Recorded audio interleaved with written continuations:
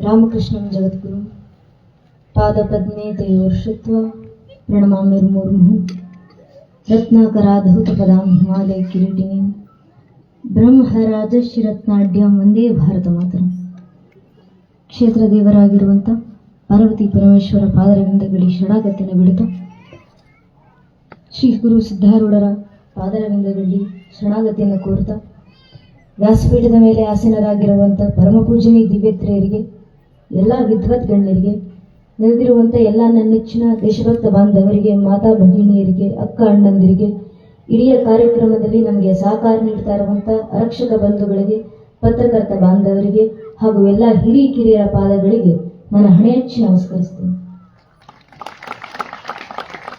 ನನ್ನ ನೆಚ್ಚಿನ ಬಂಧುಗಳೇ, ಬಹುಶಃ ಕಾರ್ಯಕ್ರಮಕ್ಕೆ ಬಂದಾಗ ಬಹಳ ಸಂತೋಷ ಆಯಿತು. ಬಹಳ ಕಡೆ ಕಾರ್ಯಕ್ರಮಕ್ಕೆ ಹೋದಾಗ ಇಂಥವ್ರು ಇಷ್ಟು ದೇಣಿಗೆಯನ್ನು ನೀಡಿದ್ದಾರೆ, ಇಷ್ಟು ಹಣವನ್ನು ದಾನ ಮಾಡಿದ್ದಾರೆ ಕೇಳ್ತಾ ಇರ್ತೀವಿ. ಇಲ್ಲಿ ಬಂದಾಗ ಸಂತೋಷ ಆಗಿದ್ದೇನೆಂದ್ರೆ, ಕೋಟಿ ಇರೋರು ಲಕ್ಷ ಕೊಡೋದ್ರ ದೊಡ್ಡ ವಿಷಯ ಇಲ್ಲ, 1000 ಇರೋರು 1000 ತಂದು ಕೊಡ್ತಾರಲ್ಲ ದೇವಸ್ಥಾನಕ್ಕೆ, ಅದು ದೊಡ್ಡ ಅರ್ಥನೇ. ನಮ್ಮ ಕಣ್ಣಿಗೆ ಅವರು ಹಣವನ್ನು ಸಮರ್ಪಿಸುತ್ತಿದ್ದಾರೆ, ಅದು ಹಣವನ್ನಲ್ಲ. ಇಷ್ಟು ವರ್ಷಗಳ ಕಾಲ ಯಾವುದಕ್ಕೋಸ್ಕರ ಎಲ್ಲವನ್ನೂ ಮುಡಿಪಾಗಿಟ್ಟು ದುಡಿದಿರ್ತಾರೋ ಆ ಶ್ರಮವನ್ನ ದಾನ ಮಾಡೋದಂದ್ರೆ ತನ್ನನ್ನು ತಾನು ಸಮರ್ಪಿಸಿಕೊಳ್ಳೋದು ಭಗವಂತನ ಮುಂದೆ ಅಂತ ಅರ್ಥ. ಇದನ್ನ ಅಕ್ಕ ಮಹಾದೇವಿ ಅವರು ಹೇಳಿದ್ರು. ಫಲವನ್ನಿತ್ತು ಪೂಜಿಸುವವರ ಬಲ್ಲೆ, ಪುಷ್ಪವನ್ನಿತ್ತು ಪೂಜಿಸುವವರ ಬಲ್ಲೆ, ತನ್ನನ್ನಿತ್ತು ತುಷ್ಟಿ ಪಡೆಯುವವರ ಎನಗೆ ತೋರಚನ್ನ ಮಲ್ಲಿಕಾರ್ಜುನ. ಹಣವನ್ನ ನೀಡ್ತಿರೋದಂದ್ರೆ ಅಷ್ಟು ವರ್ಷ ಎಷ್ಟು ಶ್ರಮವನ್ನ ಪಟ್ಟಿದ್ದಾರೋ ಅದರೆಲ್ಲದರ ಪ್ರತೀಕವಾಗಿ ತನ್ನಂತ ಸಮರ್ಪಿಸ್ಕೊಳ್ತಿರೋದು. ಎಷ್ಟರ ಮಟ್ಟಿಗೆ ಅಂದ್ರೆ ಕೊನೆಗೆ ಸ್ವಾಮೀಜಿಯವರೇ ಹೇಳಬೇಕಾಯ್ತು, ಸಾಕಪ್ಪ ಎಷ್ಟು ಕೊಡ್ತೀರಾ, ನೀವು ದಿನ ದುಡಿದು ತಿನ್ನೋರು, ನೀವು ಕನಿಷ್ಠ ಪಕ್ಷ ಮನ್ನಲ್ಲಿ ಮಾತಾಡಿಕೊಡಿ ಅಂತ. ಇದು ಆಶ್ಚರ್ಯ ಅಲ್ಲ. ಸಿದ್ಧಾರೂಢರು ತಮ್ಮ ಕೊನೆ ಕಾಲಘಟ್ಟದಲ್ಲಿ ಹೇಳಿದಂತ ಒಂದು ಮಾತು, ಮಠ ಸಂಪತ್ತು ಅಂತ ಹೊಡೆದಾಡ್ತಿರೋರ್ನೆಲ್ಲ ಕೂರಿಸಿ ಸಿದ್ಧಾರೂಢ ಅಪ್ಪವರು ಒಂದು ಮಾತನ್ನು ಹೇಳ್ತಾರೆ, ಏನೋ ಹೊಡೆದಾಡ್ತೀರಾ, ನನ್ನ ಜೊತೆ ಬನ್ನಿ, ಹಿಂದೆ ಇರುವಂತ ಗುಡ್ಡದ ಮೇಲೆ ಕೂತ್ರು ಪರವಾಗಿಲ್ಲ, ಆ ಗುಡ್ಡದ ಮೇಲೆ ಒಂದು ಮಠವನ್ನ ಕಟ್ತಾರೆ, ಸಿದ್ಧಾರೂಢ ಎಲ್ಲಿ ಕೂತಿರ್ತಾನೋ ಅಲ್ಲಿ ಮಠಗಳ ನಿರ್ಮಾಣ ಆಗ್ತವೆ, ನೀವು ಬೇಡ ಅಂದಷ್ಟು ಕೂಡ ಇನ್ನು ಸಂಪತ್ತು ಬರ್ಲಿಕ್ಕೆ ಶುರುವಾಗುತ್ತೆ, ನನ್ನ ಜೊತೆ ಬನ್ನಿ ಸಾಕು, ಮಠದ ಹಿಂದೆ ಹೋಗಬೇಡಿ ಅಂತ ಅಜ್ಜ ಒಂದು ಕಾಲದಲ್ಲಿ ಹೇಳಿದಂತ ಮಾತು ಈಗ ಜೀವಂತ ಸಾಕ್ಷಿಯಾಗಿ ನೋಡ್ತಿದ್ದೀವಿ. ಅಜ್ಜಾರು ಎಲ್ಲಿ ಬಂದು ನೆಲೆಯಿರ್ತಾರೋ ಅಲ್ಲಿ ಮಠಗಳು ನಡೀತಾರೆ, ಅವರು ಎಲ್ಲಿ ಒಂದು ಕೂರ್ತಾರೋ ಅಲ್ಲಿ ಭಕ್ತಾದಿಗಳು ಧಾವಿಸಿ ಬರ್ತಾರೆ, ಅವರು ಎಲ್ಲಿ ಕೂತಿರ್ತಾರೋ ಅಲ್ಲಿ ಸಂಪತ್ತು ಬಂದೇ ಬರುತ್ತೆ. ಯಾರಿಗೋಸ್ಕರ? ನಮಗೋಸ್ಕರಲೇ. ನಾವು ಮತ್ ಕೊಡ್ತಿರೋದು ನಮಗೋಸ್ಕರ.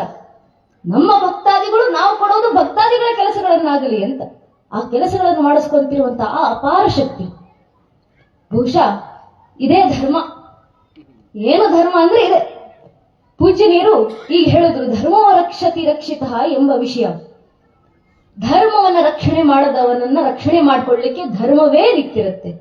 ಬಹಳ ಅದ್ಭುತವಾಗಿ ನಮಗೆ ಯಾವ ಭಾಷೆಯಲ್ಲಿ ಅರ್ಥ ಆಗುತ್ತೋ ಆ ಭಾಷೆಯಲ್ಲಿ ಹಿರಿಯರು ಅದರ ಅರ್ಥದಿಂದ ಹಿಡಿದು ಸಾರಾಂಶದವರೆಗೂ ಪ್ರತಿಯೊಂದನ್ನು ವಿವರಿಸಿ ಅತಿ ಸೂಕ್ಷ್ಮವಾಗಿ ಹೇಳಿಕೊಟ್ಟಿದ್ದಾರೆ. ಹೊರಗೆ ಇರುವಂತ ಧರ್ಮವನ್ನ ದೇಶದಲ್ಲಿ ಯಾವ ರೀತಿ ಕಾಯ್ದಿರಿಸಬೇಕು, ಇಷ್ಟು ವರ್ಷ ಯಾವ ರೀತಿ ಕಾದುಕೊಂಡು ಬಂದಿದ್ದೀವಿ ಅನ್ನೋ ಸುಂದರವಾದ ಭೂಮಿಕೆಯನ್ನ ಸುಲಭವಾಗಿ ಅಣ್ಣ ಅವರು ಹೇಳಿಕೊಟ್ಟಿದ್ದಾರೆ. ಪೂಜ್ಯನೀಯರು ಮಾತಾಡ್ತಾ ಇರಬೇಕಾದ್ರೆ ಒಂದು ಮಾತನ್ನು ಹೇಳಿದ್ರು, ಧರ್ಮ ರಕ್ಷಣೆ ಮಾಡಿಕೊಳ್ಬೇಕು. ಧರ್ಮ ಯಾವುದು? ಧರ್ಮ ಧರ್ಮ ನಮ್ಮನ್ನು ಹೇಗೆ ರಕ್ಷಣೆ ಮಾಡುತ್ತೆ? ಅಂತರಂಗದ ಧರ್ಮ. ನಾವು ಯಾವುದೇ ಒಂದು ಕೆಲಸವನ್ನ ಮಾಡಬೇಕಾದ್ರೆ ಮನಸ್ಸಿನಲ್ಲಿ ಒಂದು ಮಾತು, ಇದನ್ನು ಮಾಡು, ಇದು ಸರಿ ಇದೆ, ಇದನ್ನ ಮಾಡ್ಲಿಕ್ಕೆ ಹೋಗಬೇಡ, ಇದು ಸರಿ ಇಲ್ಲ. ಇಷ್ಟು ಜನ ದಾನಗಳನ್ನ ಮಾಡ್ತಿರ್ಬೇಕಾದ್ರೆ ನಮ್ಮ ಮನಸ್ಸಿನಲ್ಲಿ ಒಂದು ಕೂಗು ಬರುತ್ತೆ, ನೀನು ಏನಾದ್ರೂ ಕೊಡು, ನಿನ್ ಕೈಲಿಂದ ಹಣ ದಾನ ಮಾಡ್ಲಿಕ್ಕಾಗತ್ತಾ ಮಾಡು, ಆಗ್ಲಿಲ್ವಾ ಶ್ರಮದಾನ ಮಾಡು, ಬಂದು ಮಠದಲ್ಲಿ ಕೆಲಸ ಮಾಡು, ಅದು ಆಗ್ಲಿಲ್ವಾ ಕಲಾ ಸೇವೆಯನ್ನಾದ್ರೂ ನೀಡು, ನಿನ್ನ ಕೈಗೆ ಬರುವಂತ ನಿನಗೆ ತಿಳಿದಿರುವಂತ ಕಲೆಯನ್ನ ಸೇವೆಯಾಗಿ ನೀಡು, ಅದು ಆಗ್ಲಿಲ್ವಾ ಕನಿಷ್ಠ ಪಕ್ಷ ಕೂತು ಸಮಯವನ್ನ ದಾನ ಮಾಡು. ಈ ಮಾತನ್ನ ಕೇಳಿ ಬಂದಾಗ ಈ ಮಾತು ನಮ್ಮಲ್ಲಿ ಹೆಚ್ಚಾಗುತ್ತಾ ಹೋಗುತ್ತೆ. ನಾವು ಎಷ್ಟು ಆ ಮಾತನ್ನ ಕೇಳ್ತೀವೋ, ಆ ಧ್ವನಿಗೆ ಕಿವಿ ಕೊಡ್ತೀವೋ, ಆ ಧ್ವನಿ ಹೆಚ್ಚಾಗುತ್ತೆ.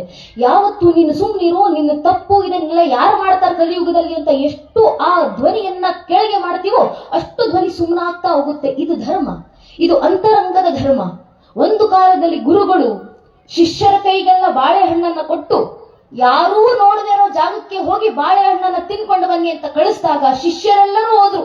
ಒಂದೊಂದು ಜಾಗವನ್ನು ಹುಡುಕಿ ನೋಡಿದ್ರು, ಯಾರೂ ನೋಡದೇ ಇರುವಂತ ಜಾಗದಲ್ಲಿ ನಿಂತು ಬಾಳೆಹಣ್ಣನ್ನ ತಿಂದು ವಾಪಸ್ ಬಂದ್ರು.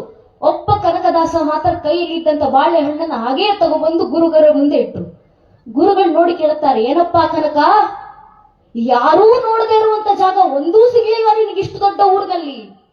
ಕನಕದಾಸರು ಉತ್ತರ ಕೊಟ್ರು, ಗುರುಗಳೇ, ಮನುಷ್ಯರು ನೋಡದೇ ಇರುವಂತ ಜಾಗ ನೂರಾರು ಸಿಕ್ತು, ದೇವರು ನೋಡದಿರುವಂತ ಜಾಗ ಒಂದೇ ಒಂದು ಕಾಣಿಸ್ತಿಲ್ಲ ನನಗೆ, ಏನು ಮಾಡ್ಲಿ? ಎಲ್ಲಿ ಹೋದ್ರೂ ಕೂಡ ಅವನು ನೋಡ್ತಿದ್ದಾನೆ ಅನ್ನೋ ಗೋಚರ. ಎಲ್ಲೋ ಹಣ್ಣನ್ನ ತಿನ್ಲಿಕ್ಕಾಗ್ಲಿಲ್ಲ, ವಾಪಸ್ ತೆಗೆದು ಒಂದು ಕೊಟ್ಟೆ, ಕ್ಷಮಿಸಿ ಪರೀಕ್ಷೆಯಲ್ಲಿ ಸೋತೆ ನಾನು. ಗುರುಗಳು ಹೇಳಿದ್ರು, ಉತ್ತೀರ್ಣನಾದದ್ದು ನೀನೊಬ್ಬನೇ. ಇಷ್ಟು ವರ್ಷ ಮಾಡಿದಂತ ಅಧ್ಯಯನ ಇದೆಯಲ್ಲ, ಅದರ ಸಾರಾಂಶ ಇದು. ಧರ್ಮ ಅಧ್ಯಯನ, ಧರ್ಮ ಬೋಧನೆ, ಆ ಧರ್ಮ ಉಳಿಸಿಕೊಂಡವನಪ್ಪ ನೀನು. ಇದು ಅಂತರಂಗದ ಧರ್ಮ. ಯಾರಲ್ಲಿ ಈ ಧರ್ಮ ಉಳಿತೋ, ಯಾರು ಈ ಧರ್ಮ ರಕ್ಷಣೆಯನ್ನ ಮಾಡಿದ್ರು ಮನಸ್ಸಿನ ಒಳಗೆ ಅಂತರಂಗದ ಧರ್ಮವನ್ನ, ಆ ಅಂತರಂಗದ ಧರ್ಮ ಆ ವ್ಯಕ್ತಿಯನ್ನ ಭಕ್ತ ಕನಕದಾಸನಂತೆ ಬೆಳೆಸ್ತು. ಯಾರು ಈ ಅಂತರಂಗದ ಧರ್ಮ ರಕ್ಷಣೆಯನ್ನ ಮಾಡಿಕೊಂಡ್ರು ಅವರು ರಾಮರಂತೆ ತಯಾರಾದ್ರು ಈ ದೇಶದಲ್ಲಿ. ಈ ಅಂತರಂಗದ ಧರ್ಮವನ್ನೇ ಉಳಿಸಲಿಕ್ಕೆ ಸಿದ್ಧಾರೂಢಪ್ಪ ಅವರು ಎಲ್ಲಾ ಪವಾಡಗಳನ್ನ ಮಾಡಿದ್ದು. ನಾವು ಪವಾಡಗಳನ್ನು ನೋಡ್ತೀವಿ, ಪವಾಡದ ಹಿಂದೆ ಇರುವಂತ ಅರ್ಥ ಎನಿಸೋದಲ್ಲಿ ಸ್ವಲ್ಪ ಎಡವುತ್ತೀವಿ. ಎಲ್ಲರೂ ಅಲ್ಲ, ಕೆಲವೊಂದಿಷ್ಟು ಜನ.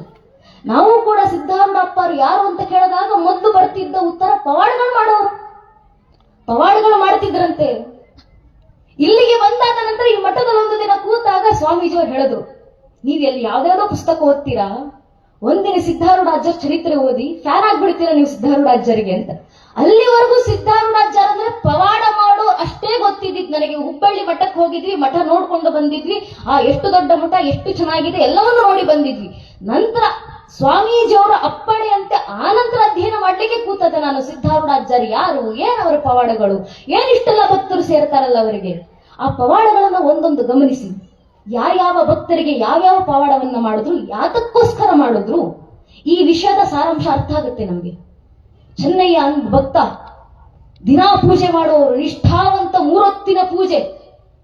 ದುರಾದೃಷ್ಟವಶಾತ್ ಊರಿನಲ್ಲಿ ಬರಗಾಲ, ನೀರಿಲ್ಲ, ಕುಡಿಲಿಕ್ಕೆ ನೀರಿಲ್ಲ. ನಿನ್ನ ಪೂಜೆಗೆ, ನಿನ್ನ ಸ್ನಾನಕ್ಕೆ, ನಿನ್ನ ಮಡಿಗೆ ಎಲ್ಲಿಂದ ನೀರು ತರಬೇಕಪ್ಪ? ನೀರಿಲ್ಲ. 2 ಹೊತ್ತಿನ ಪೂಜೆ ಮೀರಿತು, ಪೂಜೆ ಮಾಡ್ಲಿಕ್ಕಾಗ್ಲಿಲ್ಲ. ರಾತ್ರಿ ಸಿದ್ಧಾರೂಢಾಚಾರ್ಯ ಮುಂದೆ ನಿಂತು, ಭಾವಚಿತ್ರದ ಮುಂದೆ ನಿಂತು ಕಣ್ಣೀರಿಟ್ಟು, ದಿನಾ ಪೂಜೆ ಮಾಡುವವನು ನಾನು ಭಗವಂತನಿಗೋಸ್ಕರ, 2 ಹೊತ್ತಿನ ಪೂಜೆ ತಪ್ಪೋಗಿದೆ, ಮಾರನೇ ದಿನ ಪೂಜೆ ತಪ್ಪುವಂತಿಲ್ಲ, ಏನಾದ್ರೂ ಪವಾಡ ಮಾಡಿ ನೀವೇ ನನ್ನ ರಕ್ಷಣೆ ಮಾಡ್ಕೊಳ್ಬೇಕು ಕೇಳಿಕೊಂಡು. ಪವಾಡದಂತೆ ಸಿದ್ಧಾರೂಢಾಚಾರ್ಯರು ಮಾರನೇ ದಿನ ಅವನ ಮನೆ ಮುಂದೆನೇ ಬಂದು ಹೇಳ್ತಾರೆ, ನಿನಗೆ ಪೂಜೆ ಮಾಡ್ಬೇಕಲ್ಲ, ಊರಿನಲ್ಲಿ ನೀರಿಲ್ಲ ತಾನೆ? ನೀರಿಲ್ಲ ಅಂದ್ರೆ ಏನಪ್ಪಾ, 3 ನದಿಗಳನ್ನು ಕೂಡ ನಿನ್ನ ಮನೆಗೆ ತಂದು ತ್ರಿವೇಣಿ ಸಂಗಮವನ್ನ ನಿನ್ನ ಮಣ್ಣಲ್ಲಿ ಉದ್ಭವ ಮಾಡಿ ತ್ರಿವೇಣಿ ಸಂಗಮದಿಂದ ಪೂಜೆ ಮಾಡುವಂತೆ ಮಾಡ್ತೀನಿ ನಾನು. ತ್ರಿವೇಣಿ ಸಂಗಮ ತಂದ್ರು. ಆ ಪಾವನ ಆಗಿದ್ದಂತ ಜಾಗ ಇವತ್ತಿಗೂ ಹುಬ್ಬಳ್ಳಿಯಲ್ಲಿದೆ. ಯಾವತ್ತಾದ್ರೂ ಅದನ್ನು ನೋಡಿಕೊಂಡು ಬನ್ನಿ. ನದಿ ಪೂರ್ಣ ಇಲ್ಲದೆ ಇರಬಹುದು, ಆದ್ರೆ ಆ ಸ್ಥಾನ ಇವತ್ತಿಗೂ ಜೀವಂತವಾಗಿದೆ. ಏನಕ್ಕೆ ಮಾಡಿದ್ರು ಈ ಪವಾಡ? ಒಬ್ಬ ಭಕ್ತ ಚೆನ್ನಯ್ಯ ತನ್ನೊಳಗಿರುವಂತ ಧರ್ಮವನ್ನ ಕಾದುಕೊಳ್ಳಲಿಕ್ಕೆ ಎಷ್ಟೆಲ್ಲ ಪ್ರಯತ್ನ ಪಟ್ಟ, ಎಷ್ಟೆಲ್ಲ ಒದ್ದಾಡಿದ. ಇಷ್ಟು ದಿನಗಳ ಕಾಲ ಧರ್ಮ ಕಾದುಕೊಂಡು ಬಂದಿದ್ದೀನಿ, ಈಗ ಧರ್ಮ ತಪ್ಪೋಗ್ಬಿಟ್ರೆ ಹೇಗೆ, ನನ್ನನ್ನ ಕಾಪಾಡಪ್ಪ ಅಂತ ಅಜ್ಜಾರ ಮುಂದೆ ಬೇಡ್ಕೊಂಡ್ರಲ್ಲ. ಆ ಧರ್ಮವನ್ನ ಕಾಪಾಡಿಕೊಳ್ಳಿಕ್ಕೆ ಒಬ್ಬ ಭಕ್ತ ನಿಂತಿದ್ದಾನಂದ್ರೆ ಆತನನ್ನ ಕಾಪಾಡಲಿಕ್ಕೆ ಧರ್ಮ ಬರಬೇಕು. ಧರ್ಮದ ಸ್ವರೂಪದಲ್ಲಿ ಸಿದ್ಧಾರೂಢಪ್ಪ ಅವರು ಬಂದು ನಿಂತು. ಇದು ಭಗವಂತನ ಕರೆ. ಭಗವದ್ಗೀತೆ 4ನೇ ಅಧ್ಯಾಯದ 7ನೇ ಶ್ಲೋಕದಲ್ಲಿ ಶ್ರೀಕೃಷ್ಣ ಪರಮಾತ್ಮ ಕರೆ ಕೊಟ್ರು. ಯದಾ ಯದಾ ಈ ಧರ್ಮಸ್ಯ ಗ್ಲಾನಿರ್ಭವತಿ ಭಾರತ ಅಭ್ಯುತ್ಥಾನಂ ಅಧರ್ಮ ಸದದಾತ್ಮಾನುಜಾಮ್ಯಂ ಪರಿತ್ರಾಣಯ ಸಾಧುರ ವಿನಾಶ ದೃಷ್ಟುತ ಧರ್ಮ ಸಂಸ್ಥಾಪನಾತಾಯ ಸಂಭವಾಮಿ ಯುಗೆ ಯುಗೆ. ಯುಗ ಯುಗಕ್ಕೂ ಧರ್ಮ ರಕ್ಷಣೆ ಮಾಡಿಕೊಳ್ಳಿಕ್ಕೆ ನಾನು ಅವತರಿಸಿ ಬರ್ತೀನಿ. ನಮ್ಮಲ್ಲೊಂದು ಪ್ರಶ್ನೆ, ಎಲ್ಲಿ ಬಂದ್ರು ಕೃಷ್ಣ? ಯಾವುದೋ ಕಾಲದಲ್ಲಿ ಹೇಳಿ ಹೋಗ್ಬಿಟ್ರು ಬರ್ತೀನಿ ನಾನು ಯುಗ ಯುಗಕ್ಕೂ. ಕಲಿಯುಗದಲ್ಲಿ ಎಲ್ಲಿ ಬಂದ್ರು? ಕೃಷ್ಣ ಬರಲೇ ಇಲ್ಲ. ಯಾವುದೋ ಕಲಿಯುಗದ ಅಂತ್ಯದಲ್ಲಿ ಕಲಿಕೆ ಬರ್ತಾನೆ ಅಂತ ಹೇಳ್ತಾರೆ. ಕಲಿಯುಗದಲ್ಲಿ ಎಲ್ಲ ಬಂದ್ರು ಧರ್ಮ ರಕ್ಷಣೆಗೆ? ಆ ಭಗವಂತ ಶ್ರೀಕೃಷ್ಣ ಪರಮಾತ್ಮನ ಸಂಭವಾಮಿ ಯುಗೆ ಯುಗೆ ಎಂಬ ಮಾತಿಗೆ ಜೀವಂತ ಸಾಕ್ಷಿಯಾಗಿ ಕಾಲಕಾಲಕ್ಕೆ ಸಿದ್ಧಾರೂಢ ಅಜ್ಜವರು ಅಂತವರು ಒಂದಾದ ಮೇಲೆ ಒಂದು ಅವತಾರದಲ್ಲಿ ಧರ್ಮವೇ ಅವತರಿಸಿದಂತೆ ಬಂದು ಧರ್ಮ ರಕ್ಷಣೆಯನ್ನ ಮಾಡಿ ಹೋಗಿದ್ದಾರೆ. ಇದು ನಾನು ಹೇಳ್ತಿರುವಂತ ಮಾತಲ್ಲ, ಇದು ಅಜ್ಜ ಅವರೇ ಹೇಳಿರುವಂತ ಮಾತು. ಗುರುಗಳ ಪಾದದಡಿಯಲ್ಲಿ ಲಿಂಗವನ್ನಿಟ್ಟು ಬಂದುಬಿಟ್ರು ಬಾಲಸಿದ್ಧರು.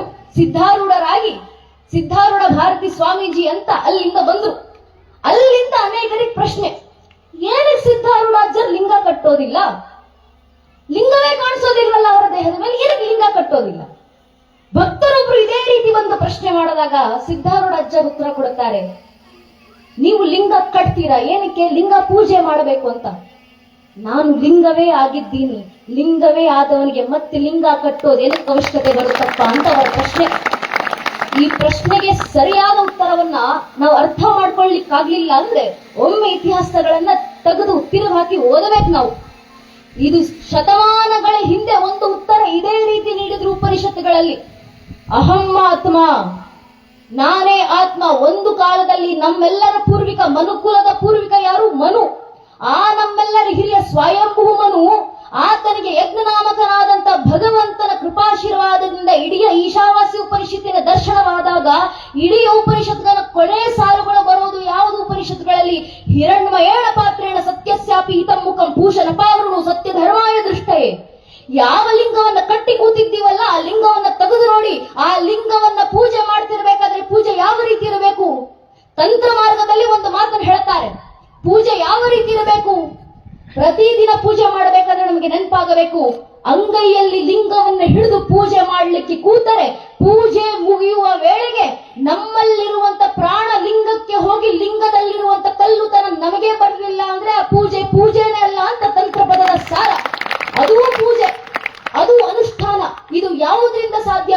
ಭಕ್ತಿಯಿಂದ ಸಾಧ್ಯ. ಆ ಭಕ್ತಿಯ ಪರಾಕಾಷ್ಠೆ ಎಂತದ್ದು? ಬಸವಣ್ಣನವರು ತೋರಿಸಿಕೊಟ್ಟಂತ ಭಕ್ತಿ. ದಾಸೋಹ ಆಗ್ತಿರುವಂತ ಸಂದರ್ಭದಲ್ಲಿ ಅನ್ನ ದಾಸೋಹ ಸ್ವೀಕರಿಸಬೇಕು ಅಂತ ಇಬ್ಬರು ಬರ್ತಾರೆ. ಎಲ್ಲರೂ ಲಿಂಗ ಕಟ್ಟಿದ್ದಾರೆ, ನಮ್ಮ ಹತ್ರ ಲಿಂಗ ಇಲ್ಲ. ಪಕ್ಕದಲ್ಲಿರುವಂತ ಕಲ್ಲನ್ನು ತಗೊಂಡು ಕಟ್ಟಿಕೊಂಡು ದಾಸೋಹದಲ್ಲಿ ಕೂತ್ರು ಊಟ ಮಾಡ್ಲಿಕ್ಕೆ. ಊಟ ಬಡಿಸ್ತಿದ್ದವರಿಗೆ ಸ್ವಲ್ಪ ಸಂಶಯ ಆಯ್ತು, ಯಾರಿಗೆ ಇಷ್ಟು ದಿನ ನೋಡಿಲ್ಲ, ಯಾರೋ ಬಂದು ಕೂತಿದ್ದಾರೆ, ಲಿಂಗ ಕಟ್ಕೊಂಡಿರೋ ರೀತಿಯಲ್ಲಿದೆ, ಆದ್ರೆ ಅದು ಲಿಂಗ ಅಲ್ಲ, ಏನ್ ಕಟ್ಕೊಂಡು ಬಂದಿದ್ದಾರೆ? ತಗ್ಸುದು. ಬಹಳ ಭಯದಿಂದ ಇವರು ತೆಗಿತಾರೆ, ಲಿಂಗದ ಬದಲ ಕಲ್ಲಿದೆ. ಏನು ಮಾಡಬೇಕು? ಬಸವಣ್ಣನವರನ್ನ ಕರೆದ್ರು. ಬಸವಣ್ಣನವರು ಬರ್ತಾರೆ, ಕಲ್ಲನ್ನ ನೋಡ್ತಾರೆ, ಅದನ್ನ ಕೈಯಲ್ಲಿ ಹಿಡಿದು ನಮಸ್ಕಾರ ಮಾಡಿ ಹೇಳ್ತಾರೆ, ನಮ್ಗೆ ಲಿಂಗದಲ್ಲಿ ಶಿವನನ್ನ ಕಾಣೋದು ಕಷ್ಟ ಆಗಿದೆ, ನೀವು ಕಲ್ಲಿನಲ್ಲಿ ಲಿಂಗವನ್ನ ಕಂಡು ಶಿವನನ್ನ ಸಾಕ್ಷಾತ್ಕರಿಸಿಕೊಂಡಿದ್ದೀರಲ್ಲ, ನಿಮಗಿಂತ ಭಕ್ತಿ ಬೇಕೇ?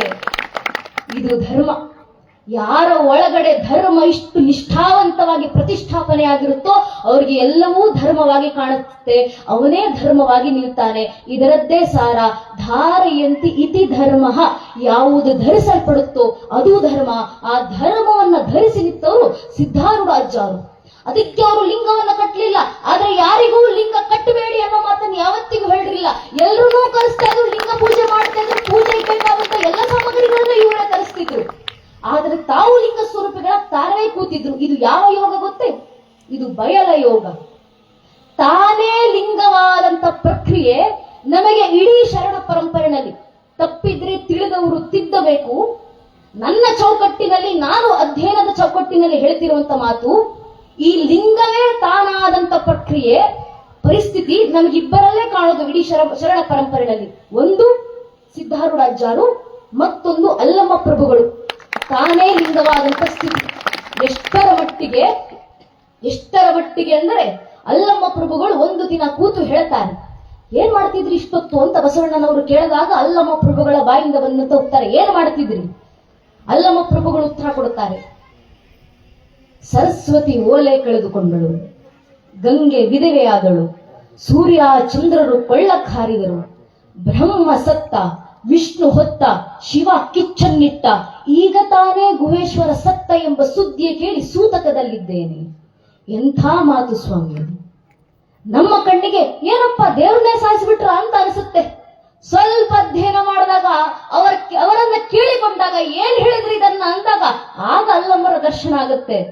ಸರಸ್ವತಿ ಓಲೆ ಕಳೆದುಕೊಂಡಳು, ಜ್ಞಾನ ಅಜ್ಞಾನ ಮೀರಿ ಆಯ್ತು, ಗಂಗೆ ವಿಧವೆ ಆದಳು, ಮಡಿ ಮೈಲಿಗೆ ಪಾಪ ಪ್ರಜ್ಞೆ ಪುಣ್ಯ ಎಲ್ಲವೂ ಮೀರಿದ್ದಾಯ್ತು, ಸೂರ್ಯ ಚಂದ್ರರು ಕೊಳ್ಳಕ್ ಹಾರಿದರು, ಕಾಲ ಎಂಬ ಜ್ಞಾನವನ್ನೇ ಮೀರಿ ಕಾಲಭೈರವನ ಸ್ಥಾನಕ್ಕೆ ತಲುಪಿ ನಿಂತಿದ್ದೀನಿ ನಾನು, ಬ್ರಹ್ಮ ಸತ್ತ, ಯಾವ ಸೃಷ್ಟಿಯ ಆದಿ ಅಂತ್ಯ ಎಲ್ಲವೂ ಹೋಯಿತು, ವಿಷ್ಣು ಹೊತ್ತ, ಯಾವ ಲಯಕರ್ತನಾಗಿ ರಕ್ಷಣೆ ಮಾಡಬೇಕಿತ್ತೋ ಆ ವಿಷ್ಣುವೇ ಸಾವಿನ ಹಂತಕ್ಕೆ ನಮ್ಮನ್ನ ತಲುಪಿಸ್ತ, ಶಿವ ಕಿಚ್ಚನ್ನಿಟ್ಟ, ಎಲ್ಲವನ್ನೂ ನಾಶ ಮಾಡಬೇಕಾಗಿರುವಂತ ಶಿವನೇ ಅಗ್ನಿ ಸ್ವರೂಪದಲ್ಲಿ ಬಂದು ಎಲ್ಲವನ್ನೂ ಭಸ್ಮ ಮಾಡ್ದ. ಈಗ ತಾನೇ ಗುಹೇಶ್ವರ ಸತ್ತ ಸುದ್ದಿಯ ಕೇಳಿ ಸೂತಕದಲ್ಲಿದ್ದೇನೆ. ಯಾರೇ ನನ್ನ ಎಲ್ಲವೂ ಅಂತ ನಂಬಿಕೊಂಡಿದ್ನೋ, ಯಾವ ಗುಹೇಶ್ವರನೇ ಅಂತಿಮ ಅಂತ ಭಾವಿಸಿದ್ನೋ ಆ ಗುಹೇಶ್ವರನನ್ನು ಮೀರಿ ಆಯ್ತು. ಯಾಕೆ ಗುಹೇಶ್ವರನನ್ನ ಮೀರಿ ಆಯ್ತು? ಕಾರಣ ಇಷ್ಟೇ, ಒಂದು ಕಾಲದಲ್ಲಿ ಬಸವಣ್ಣನವರು ಹೇಳಿದ್ರು, ಧರ್ಮ ಯಾವ ರೀತಿ ನಮ್ಮಲ್ಲಿ ಪ್ರತಿಷ್ಠಾಪನೆ ಆಗಬೇಕಂದ್ರೆ ದೇವಾಲಯಕ್ಕೆ ಹೋಗಿ ಧರ್ಮ ಹುಡುಕೋದಲ್ಲ, ನಮ್ಮಲ್ಲಿ ಧರ್ಮ ಪ್ರತಿಷ್ಠಾಪನೆ ಆಗಬೇಕು. ಯಾವ ಮಟ್ಟಕ್ಕೆ? ಎನ್ನ ಕಾಲೇ ಕಂಬ ದೇಹವೇ ದೇಗುಲ ಶಿರವೇ ಹೊನ್ನ ಕಳಸವಯ್ಯ ಅಂತ ಬಸವಣ್ಣನವರು ಹೇಳಿದ್ರಲ್ಲ, ಧರ್ಮ ಸ್ಥಾಪನೆ ಆಗಬೇಕು. ಇದೇ ಶಾಸ್ತ್ರಗಳ ಮಾತು. ದೇಹ ದೇವಾಲಯ ಪ್ರೋಕ್ತೋ ಶಿರಾ ಶಿಖರ ಮುಚ್ಚುತ್ತೆ ಎಂಬುದು ಶಾಸ್ತ್ರಗಳ ಮಾತು. ದೇವಾಲಯಕ್ಕೆ ಹೋಗುವವನಲ್ಲಿ ಧರ್ಮ ಎಷ್ಟು ಪ್ರತಿಷ್ಠಾಪನೆ ಆಗಬೇಕಂದ್ರೆ ಆತನ ದೇಹವೇ ದೇವಾಲಯವಾಗಬೇಕು, ಶಿರವೇ ಶಿಖರವಾಗಬೇಕಪ್ಪ ಅಂತ ಅದನ್ನ ಮುಂದುವರಿಸಿ ಅಲ್ಲಮ್ಮ ಪ್ರಭುಗಳು ಹೇಳ್ತಾರೆ, ಎನ್ನ ಕಾಲೇ ಕಂಬ ದೇಹವೇ ದೇಗುಲ ಶಿರವೇ ಹೊನ್ನ ಕಳಸವಯ್ಯ, ನಾಲಿಗೆಯ ಗಂಟೆಯನ್ನಾಗಿಸಿ ಹೃದಯ ಮಂದಿರದಲ್ಲಿ ಇಷ್ಟಲಿಂಗವನ್ನು ಪ್ರತಿಷ್ಠಾಪಿಸಿ ಗುಹೇಶ್ವರನಿಂದ ಅಭಿನ್ನನಾಗಿ ಕೂತೇನಯ್ಯ ಅಂತ ಅವನೇ ಆಗುವ ಮಟ್ಟಕ್ಕೆ ಹೋಗಿ ನಿಂತಾ ಇದ್ದು. ಇದು ಬೇರೆಯವರು ಯಾರು ಬರ್ತಾರೆ ಇಲ್ಲಿ? ಇದು ತಾನೇ ಲಿಂಗವಾಗುವುದು, ತಾನೇ ಧರ್ಮವಾಗುವುದು. ಇದೇ ನಮ್ಮ ಅಂತಿಮ ಗುರಿ. ಈ ಮಾನವ ಜನ್ಮ ಇರೋದೇ ಈ ಪರಿಸ್ಥಿತಿಯನ್ನ ತಲುಪಲಿಕ್ಕೆ. ಒಂದು ಮಾನವ ಜನ್ಮ 84 ಲಕ್ಷ ಜೀವ ರಾಶಿಗಳನ್ನ ದಾಟಿದ ನಂತರ ಒಂದು ಮಾನವ ಜನ್ಮ ಏನಕ್ಕೆ ಬರೋದು? ಈ ಧರ್ಮ ರಕ್ಷಣೆ ಮಾಡು. ಎಷ್ಟರ ಮಟ್ಟಿಗೆ? ನೀನೇ ಧರ್ಮ ಆಗುವ ಮಟ್ಟಕ್ಕೆ. ಅದಕ್ಕೆ ಭಾರತೀಯರನ್ನ ಅಮೃತ ಪುತ್ರರು ಅಂತ ಉಪನಿಷತ್ತುಗಳು ಹೇಳಿದ್ದು. ಈ ದೇಶದಲ್ಲಿ ಹುಟ್ಟಿದವನು ದೇವರಾಗಬಲ್ಲನು. ಗಾಯಂತಿ ದೇವ ಕಿಲಗೀತ ಕಾಣಿ ಧನ್ಯೋಸ್ತಿದೆ ಭರತ ಭೂಮಿ ಬಾಗೆ ಸ್ವರ್ಗಾಪವರ್ಗ ಸಮಗ ಮಾರ್ಗೂತ ಭವಂತಿ ಭೂಯ ಪುರುಷಾಸುರತ್ವಾತ್. ಮನುಷ್ಯನು ದೇವನಾಗಬಲ್ಲನು. ಅದಕ್ಕೆ ಈ ದೇಶದಲ್ಲಿ ಹುಟ್ಟಿದ್ದೀರಾ ನೀವು. ಆ ದೇವರಾಗುವ ಸ್ಥಾನ ಬಹಳ ಕಷ್ಟದ ಹಾದಿ, ನಿಜ. ಆದ್ರೆ ಅಸಾಮಾನ್ಯ ಖಂಡಿತವಾಗಲೂ ಅಲ್ಲ. ಇಲ್ಲಿ ಕೂತಿರುವಂತ ಪ್ರತಿಯೊಬ್ಬರಲ್ಲೂ ಅದೇ ಪರಮಾತ್ಮನಿದ್ದಾನೆ ಅನ್ನೋ ಭಾವನೆನ ನಾವು ಬಂದು ಕೂತಿದ್ದೀವಿ. ಆತನನ್ನು ಹುಡುಕುವನ್ನ ಪ್ರಯತ್ನವನ್ನ ಮಾಡಿ ಸಾಕು. ಅದೇ ಧರ್ಮ. ಒಳಗಿರುವಂತ ಧರ್ಮ, ಆ ಅಂತರಂಗದ ಧರ್ಮ, ಆ ಪರಮಾತ್ಮ. ಆ ಪರಮಾತ್ಮನನ್ನ ಹುಡುಕ್ತಾ ಹುಡುಕ್ತಾ ಪರಮಾತ್ಮನೇ ಆಗುವಂತ ಮಟ್ಟಕ್ಕಿದೆಯಲ್ಲ, ಅದನ್ನ ತಲುಪಿ ನೋಡಿ. ಇದನ್ನೇ ಸಿದ್ಧಾರೂಢಾಚಾರ್ಯರು ಇಡೀ ಜೀವನ ಬೋಧನೆ ಮಾಡಿಕೊಂಡು ಬಂದಿದ್ದು. 25 ವರ್ಷಗಳ ಕಾಲ ಅಖಂಡ ಭಾರತದ ಪ್ರವಾಸವನ್ನ ಮಾಡಿ ಬಂದ್ರಲ್ಲ. ಇಡೀ ಪ್ರವಾಸದಲ್ಲಿ ಅವರ ಸಿದ್ಧಾರೂಢ ಚರಿತ್ರೆಯಲ್ಲಿ ಎಲ್ಲವನ್ನು ಹುಡುಕಿ ನೋಡಿ. ಎಲ್ಲೆಲ್ಲಿ ಪ್ರವಚನ ಕೊಟ್ಟಿದ್ದಾರೆ, ಏನೇನು ಮಾತಾಡಿದ್ದಾರೆ, ಇದನ್ನೇ ಹೇಳಿದ್ದವರು. ನಿನ್ನೊಳಗೊಂದು ಧರ್ಮ ಇದೆಯಪ್ಪ, ಅದನ್ನು ಹುಡುಕು. ನೀನು ದೇಹವಲ್ಲ, ನೀನು ಪ್ರಾಣವಲ್ಲ, ನೀನು ಜೀವವಲ್ಲ, ನೀನು ಇಂದ್ರಿಯಗಳಲ್ಲ, ನೀನು ಒಳಗಿರುವಂತ ಆತ್ಮ. ಆ ಆತ್ಮವನ್ನು ಹುಡುಕು. ಸಿದ್ಧಾರೂಢಾಚಾರ್ಯರು 14-15 ವರ್ಷಗಳ ಕಾಲ ಕಾಡಿನಲ್ಲಿ ಓಡಾಡಿ ಬಂದು ಗುರುಗಳನ್ನ ಬಿಟ್ಟು 15 ವರ್ಷ ಕಾಡಿನಲ್ಲಿ ಓಡಾಡ್ತಾರೆ. ಆನಂತರ ವಿರೂಪಾಕ್ಷ ದೇವಾಲಯದ ಮುಂದೆ ಬಂದು ಕೂತ್ಕೊಂತಾರೆ. ವಿರೂಪಾಕ್ಷ ದೇವಾಲಯದಲ್ಲಿ ಕೂತಾಗ ಒಳಗಿದ್ದಂತವ್ರು ಬಂದು, ಯಾರು ಹುಚ್ಚನ ರೀತಿ ಕೂತಿದ್ದಾನಲ್ಲ ಇವನು, ಏ ಹೀನ ಹೋಗಪ್ಪ ಅಂತ ಬೈತಾರೆ. ಹೀನ ವ್ಯಕ್ತಿ ಬಂದು ಕೂತಿದ್ದಾನೆ ಹುಚ್ಚನ ರೀತಿ, ಸ್ನಾನ ಮಾಡಿಲ್ಲ, ಮೈ ಮೇಲೆ ಸರಿಯಾಗಿ ಬಟ್ಟೆ ಇಲ್ಲ, ಯಾವುದೋ ಒಂದು ಬಟ್ಟೆ ಹೊದಿಸ್ಕೊಂಡು ಬಂದು ಕೂತಿದ್ದಾನೆ, ನೋಡ್ಲಿಕ್ಕೆ ಹುಚ್ಚ ತರ ಕಾಣಿಸ್ತಾನೆ, ಹೋಗು ಹೀನ ಅಂತ ತಳ್ಳಲಿಕ್ಕೆ ಪ್ರಯತ್ನ ಮಾಡಿದ್ರು, ಬೈದ್ರು ಬಾಯಿಂದ. ತಕ್ಷಣ ಸಿದ್ದೇಶ್ವರಪ್ಪ ಅವರು ತಿರುಗಿ ಕೇಳ್ತಾರೆ, ಯಾರು ಹೀನ? ಹೀನವೆಂಬುದು ಸ್ಥೂಲತನವೋ, ಹೀನವೆಂಬುದು ಸೂಕ್ಷ್ಮತನವೋ ವಿಪ್ರನೆ? ಹೇಳ್ತಿದ್ಯಲ್ಲ ಹೀನ ಅಂತ, ಯಾರು ಹೀನ? ನನ್ನ ದೇಹ ಹೀನವಾ? ಹೀನ ಜರುಗು ಅಂತ ಹೋಗ್ತಿದ್ಯಲ್ಲ, ಹೀನ ನಡೆ ಎಂದು ನುಡಿದೆಯಲ್ಲ, ಯಾರು ಹೀನ? ಯಾರನ್ನ ಜರುಗು ಅಂತ ಹೇಳ್ತಿದ್ಯಾ? ದೇಹವನ್ನ ಜರುಗು ಅಂತ ಹೇಳ್ತಿದ್ಯಾ? ದೇಹವನ್ನ ಜರುಗು ಅಂತ ಹೇಳೋದಾದ್ರೆ ನನ್ನ ನಿನ್ನ ಎಲ್ಲರ ದೇಹ ಬಂದಿರೋದು ಈ ಮಣ್ಣಿನಿಂದಲೇ. ಈ ಮಣ್ಣಿನಿಂದ ಬಂದಂತ ದೇಹ ನನ್ನದು. ಅಪಶರವಾದ್ರೆ ನನ್ನದು, ಅಪಭ್ರಂಶವಾದ್ರೆ ಎಲ್ಲವೂ ಅಪಭ್ರಂಶವೇ. ಜಗತ್ತಿನಲ್ಲಿ ಎಲ್ಲವೂ ಹೀನವೇ. ನಾನು ನೀನು ಎಲ್ಲರ ದೇಹ ಹೀನ. ಯಾರ ದೇಹ ಜರುಗಬೇಕಪ್ಪ? ಈ ಸ್ಥೂಲ ದೇಹವಲ್ಲವ ಜರುಗು ಅಂತ ಹೇಳೋದು. ಸೂಕ್ಷ್ಮಕ್ಕೆ ಹೇಳ್ತಿದ್ಯಾ? ಸೂಕ್ಷ್ಮ ಹೀನ ನಿನ್ನದು, ಆ ಸೂಕ್ಷ್ಮವನ್ನ ಜರುಗಿಸುವಂತ ಆತ್ಮಕ್ಕೆ ಹೇಳ್ತಿದ್ಯಾ? ನನ್ನ ನಿನ್ನ ಆತ್ಮ ಎಲ್ಲವೂ ಜಗತ್ನಲ್ಲಿ ಒಂದು ರೀತಿ ಬ್ರಹ್ಮಾಂಡವಾಗಿ ಕೂತಿರ್ಬೇಕಾದ್ರೆ ಯಾವುದು ಜರುಗಬೇಕು? ಈ ಮಾತು ಇಡೀ ಶಂಕರಾಚಾರ್ಯರ ಜೀವನದ ಪ್ರಮುಖ ಘಟ್ಟದ ಮಾತಿದು. ಸಿದ್ಧಾರೂಢಾಚಾರ್ಯರು ಎಷ್ಟು ಸುಲಭವಾಗಿ ಒಬ್ಬ ವ್ಯಕ್ತಿಗೆ ಇದನ್ನು ಅರ್ಥ ಮಾಡಿಸಿದ್ರು, ಇದರ ಇತಿಹಾಸವನ್ನ ತಿಳಿದಾಗ ಅರ್ಥ ಆಗುತ್ತೆ. ಎಷ್ಟು ಘನವಾದ ಮಾತು ಸ್ವಾಮಿ ಇದು. ಇಡೀ ಅದ್ವೈತ ವೇದಾಂತ ಶುರುವಾಗಬೇಕು, ಅದ್ವೈತ ವೇದಾಂತಕ್ಕೆ ಶಿರೋಮಣಿಯಾಗಿ ಕೂತಂತ ಶಂಕರಾಚಾರ್ಯರ ಜ್ಞಾನದ ಅಧ್ಯಯನದ ಹೊಸ ದಿಕ್ಕಿನ ದರ್ಶನ ಪರಂಪರೆ ತೆರೆದುಕೊಂಡಿದ್ದು ಇಂಥ ಒಂದು ಘಟನೆಯಿಂದಲೇ. ಎದುರುಗಡೆಯಿಂದ ಯಾರೋ ಒಬ್ಬ ಹುಚ್ಚ ಬರ್ತಿದ್ದಾನೆ, ಬಂದವರು ಹೇಳ್ತಾರೆ ಶಂಕರಾಚಾರ್ಯರಿಗೆ, ಎದುರುಗಡೆಯಿಂದ ಯಾರೋ ಹುಚ್ಚ ಬರ್ತಿದ್ದಾನೆ, ಹೀನ ಬರ್ತಿದ್ದಾನೆ, ಅವನನ್ನ ಜರುಗು ಅಂತ ಹೇಳಿ ಶಂಕರಾಚಾರ್ಯರು ಬಂದ್ರು ಶಿಷ್ಯರ ಜೊತೆಗೆ. ಎದುರುಗಡೆಯಿಂದ ಒಬ್ಬ ಹುಚ್ಚ ಬರ್ತಿದ್ದಾನೆ, ಅವ್ರು ಹೇಳಿದ್ರು ಅಪಶರತು ಜರ್ಕೋ. ಎದುರುಗಡೆ ಇರೋ ನಗ್ತಾನೆ. ಹುಚ್ಚನಂತಿದ್ದವನು ಕೇಳ್ತಾನೆ, ಕಹಾ ಅಪಶರತು, ಯಾವುದು ಜರುಗಬೇಕು? ಯದಿ ದೇಹ ದೇಹ ಅನ್ನಮಯಂ, ಸರ್ವ ಬ್ರಹ್ಮಾಂಡ ಅನ್ನಮಯಂ. ದೇಹ ಮಣ್ಣಿನದ್ದು, ಇಡೀ ಬ್ರಹ್ಮಾಂಡ ಮಣ್ಣಿನದ್ದು. ಇಡೀ ಬ್ರಹ್ಮಾಂಡ ನಿನ್ಗೋಸ್ಕರ ಜರುಗಬೇಕಾ? ಯದಿ ಆತ್ಮ ಆತ್ಮ ಅನ್ನಮಯಂ ನಾಸ್ತಿ ಆತ್ಮಂ ಸರ್ವಮಿದಂ ಆತ್ಮಂ ವಿಶರತು. ಆತ್ಮ ಜರುಗಬೇಕಾ? ಬ್ರಹ್ಮಾಂಡವಲ್ಲಪ್ಪ, ಆತ್ಮವೇ ಸರ್ವವು. ಆತ್ಮ ಜರುಗಬೇಕಂದ್ರೆ ಸರ್ವ ಸೃಷ್ಟಿಯಿಂದ ಹಿಡಿದು ಕಣ್ಣು ಮುಂದೆ ಕಾಣಿಸ್ತಾ ಇರುವಂತ ಅಪಪ್ರಿ ಎಲ್ಲವೂ ಜರುಗಬೇಕಾಗುತ್ತೆ. ಈಗ ಹೇಳು, ದೇಹ ಜರುಗಬೇಕಾ, ಆತ್ಮ ಜರುಗಬೇಕಾ? ಕಹ ಅಪಶರತು ಶಂಕರ, ಯಾವುದು ಜರುಗಬೇಕಪ್ಪ ನಿನ್ಗೋಸ್ಕರ? ಇದನ್ನ ಕೇಳಿದ ಕೂಡಲೇ ಶಂಕರಾಚಾರ್ಯಗೆ ಅರಿವಾಗಿದ್ದು, ಹೌದಲ್ಲ, ನಾನು ದೇಹದ ಬಗ್ಗೆ ಮಾತಾಡ್ತಿದ್ದೀನ. ದೇಹವಾದಲ್ಲಿ ಎಲ್ಲವೂ ದೇಹ ಒಂದು ಕಾಲದಲ್ಲಿ ನಾಶ ಆಗಬೇಕಾಗಿದ್ದು ದೇಹವಲ್ಲ. ಹಾಗಾದ್ರೆ ಆತ್ಮದ ಬಗ್ಗೆ ಮಾತಾಡ್ತಿದ್ದೀನ. ಎಲ್ಲವೂ ಒಂದೇ ಆತ್ಮ, ಎಲ್ಲವೂ ಒಂದೇ ಆತ್ಮವಾಗಿದ್ರೆ ಆತ್ಮನನ್ನು ನಿಗ್ರಹಿಸುವಂತ ಪರಮಾತ್ಮವನು ಒಬ್ಬನೇ ಆಗಿರಬೇಕಿಲ್ಲ. ಆಗ ಹುಟ್ಟಿದ್ದು ಅದ್ವೈತ ವೇದಾಂತ. ಆ ಅದ್ವೈತ ವೇದಾಂತದ ಹುಟ್ಟಿನ ಒಂದು ಕ್ಷಣವನ್ನ ಸಿದ್ಧಾರೂಢಾಚಾರ್ಯರು ಒಬ್ಬ ವ್ಯಕ್ತಿಗೆ ದೇವಾಲಯದಲ್ಲಿ ಕೂತ್ಕೊಂಡು, ಮೆಟ್ಟಿಲ ಮೇಲೆ ಕೂತ್ಕೊಂಡು ಎಷ್ಟು ಸುಲಭವಾಗಿ ಹೇಳಿಕೊಟ್ಟು ಬಿಟ್ರು. ಇದು ಸಿದ್ಧಾರೂಢ ಅಜ್ಜಾರ ವಿದ್ವಜ್ಞಾನವಲ್ಲ, ಇದು ಆತ್ಮಜ್ಞಾನ. ಆತ್ಮ ತಿಳಿದವನ ಬಾಯಿಂದ ಮಾತ್ರ ಇಂಥ ಮಾತುಗಳು ಬರಲಿಕ್ಕೆ ಸಾಧ್ಯ. ಆ ಕ್ಷಣಕ್ಕೆ ಒಂದೊಂದು ಮಾತುಗಳವರದ್ದು. ವಿವೇಕಾನಂದರು ಒಂದು ಮಾತನ್ನು ಹೇಳ್ತಾರೆ, final pages of the Upanishad are yet to be written. ಉಪನಿಷತ್ತುಗಳ ಕೊನೆ ಪುಟಗಳು ಇನ್ನೂ ಬರದಿಲ್ಲ, ಬರಲಿಕ್ಕಿದ್ದಾವೆ. ಸಿದ್ಧಾರೂಢಾಚಾರ್ಯ ಚರಿತ್ರೆಯನ್ನು ಓದಿದಾಗ ಅರ್ಥ ಆಗುತ್ತೆ, ಇದು ಒಂದು ಉಪನಿಷತ್ತೇ ಅಲ್ವಾ. ಉಪನಿಷತ್ತುಗಳ ಸಾರ ಅವರ ಒಂದು ಜೀವನ. ಅವರ ಮುಂದೆ ಮಂತ್ರಿಗಳೆಲ್ಲ ಕರೆಸ್ತಾರೆ, ರಾಜ ಕರೀತಿದ್ದಾನೆ ನಿಮ್ಮನ್ನ, ಅರಮನೆಗೆ ಬರ್ಬೇಕಂತೆ, ಬನ್ನಿ, ರಥ ತಗೊಂಡು ಬಂದಿದ್ದೀನಿ, ರಥದಲ್ಲಿ ಕೂತ್ಕೊಂಡು ಬನ್ನಿ.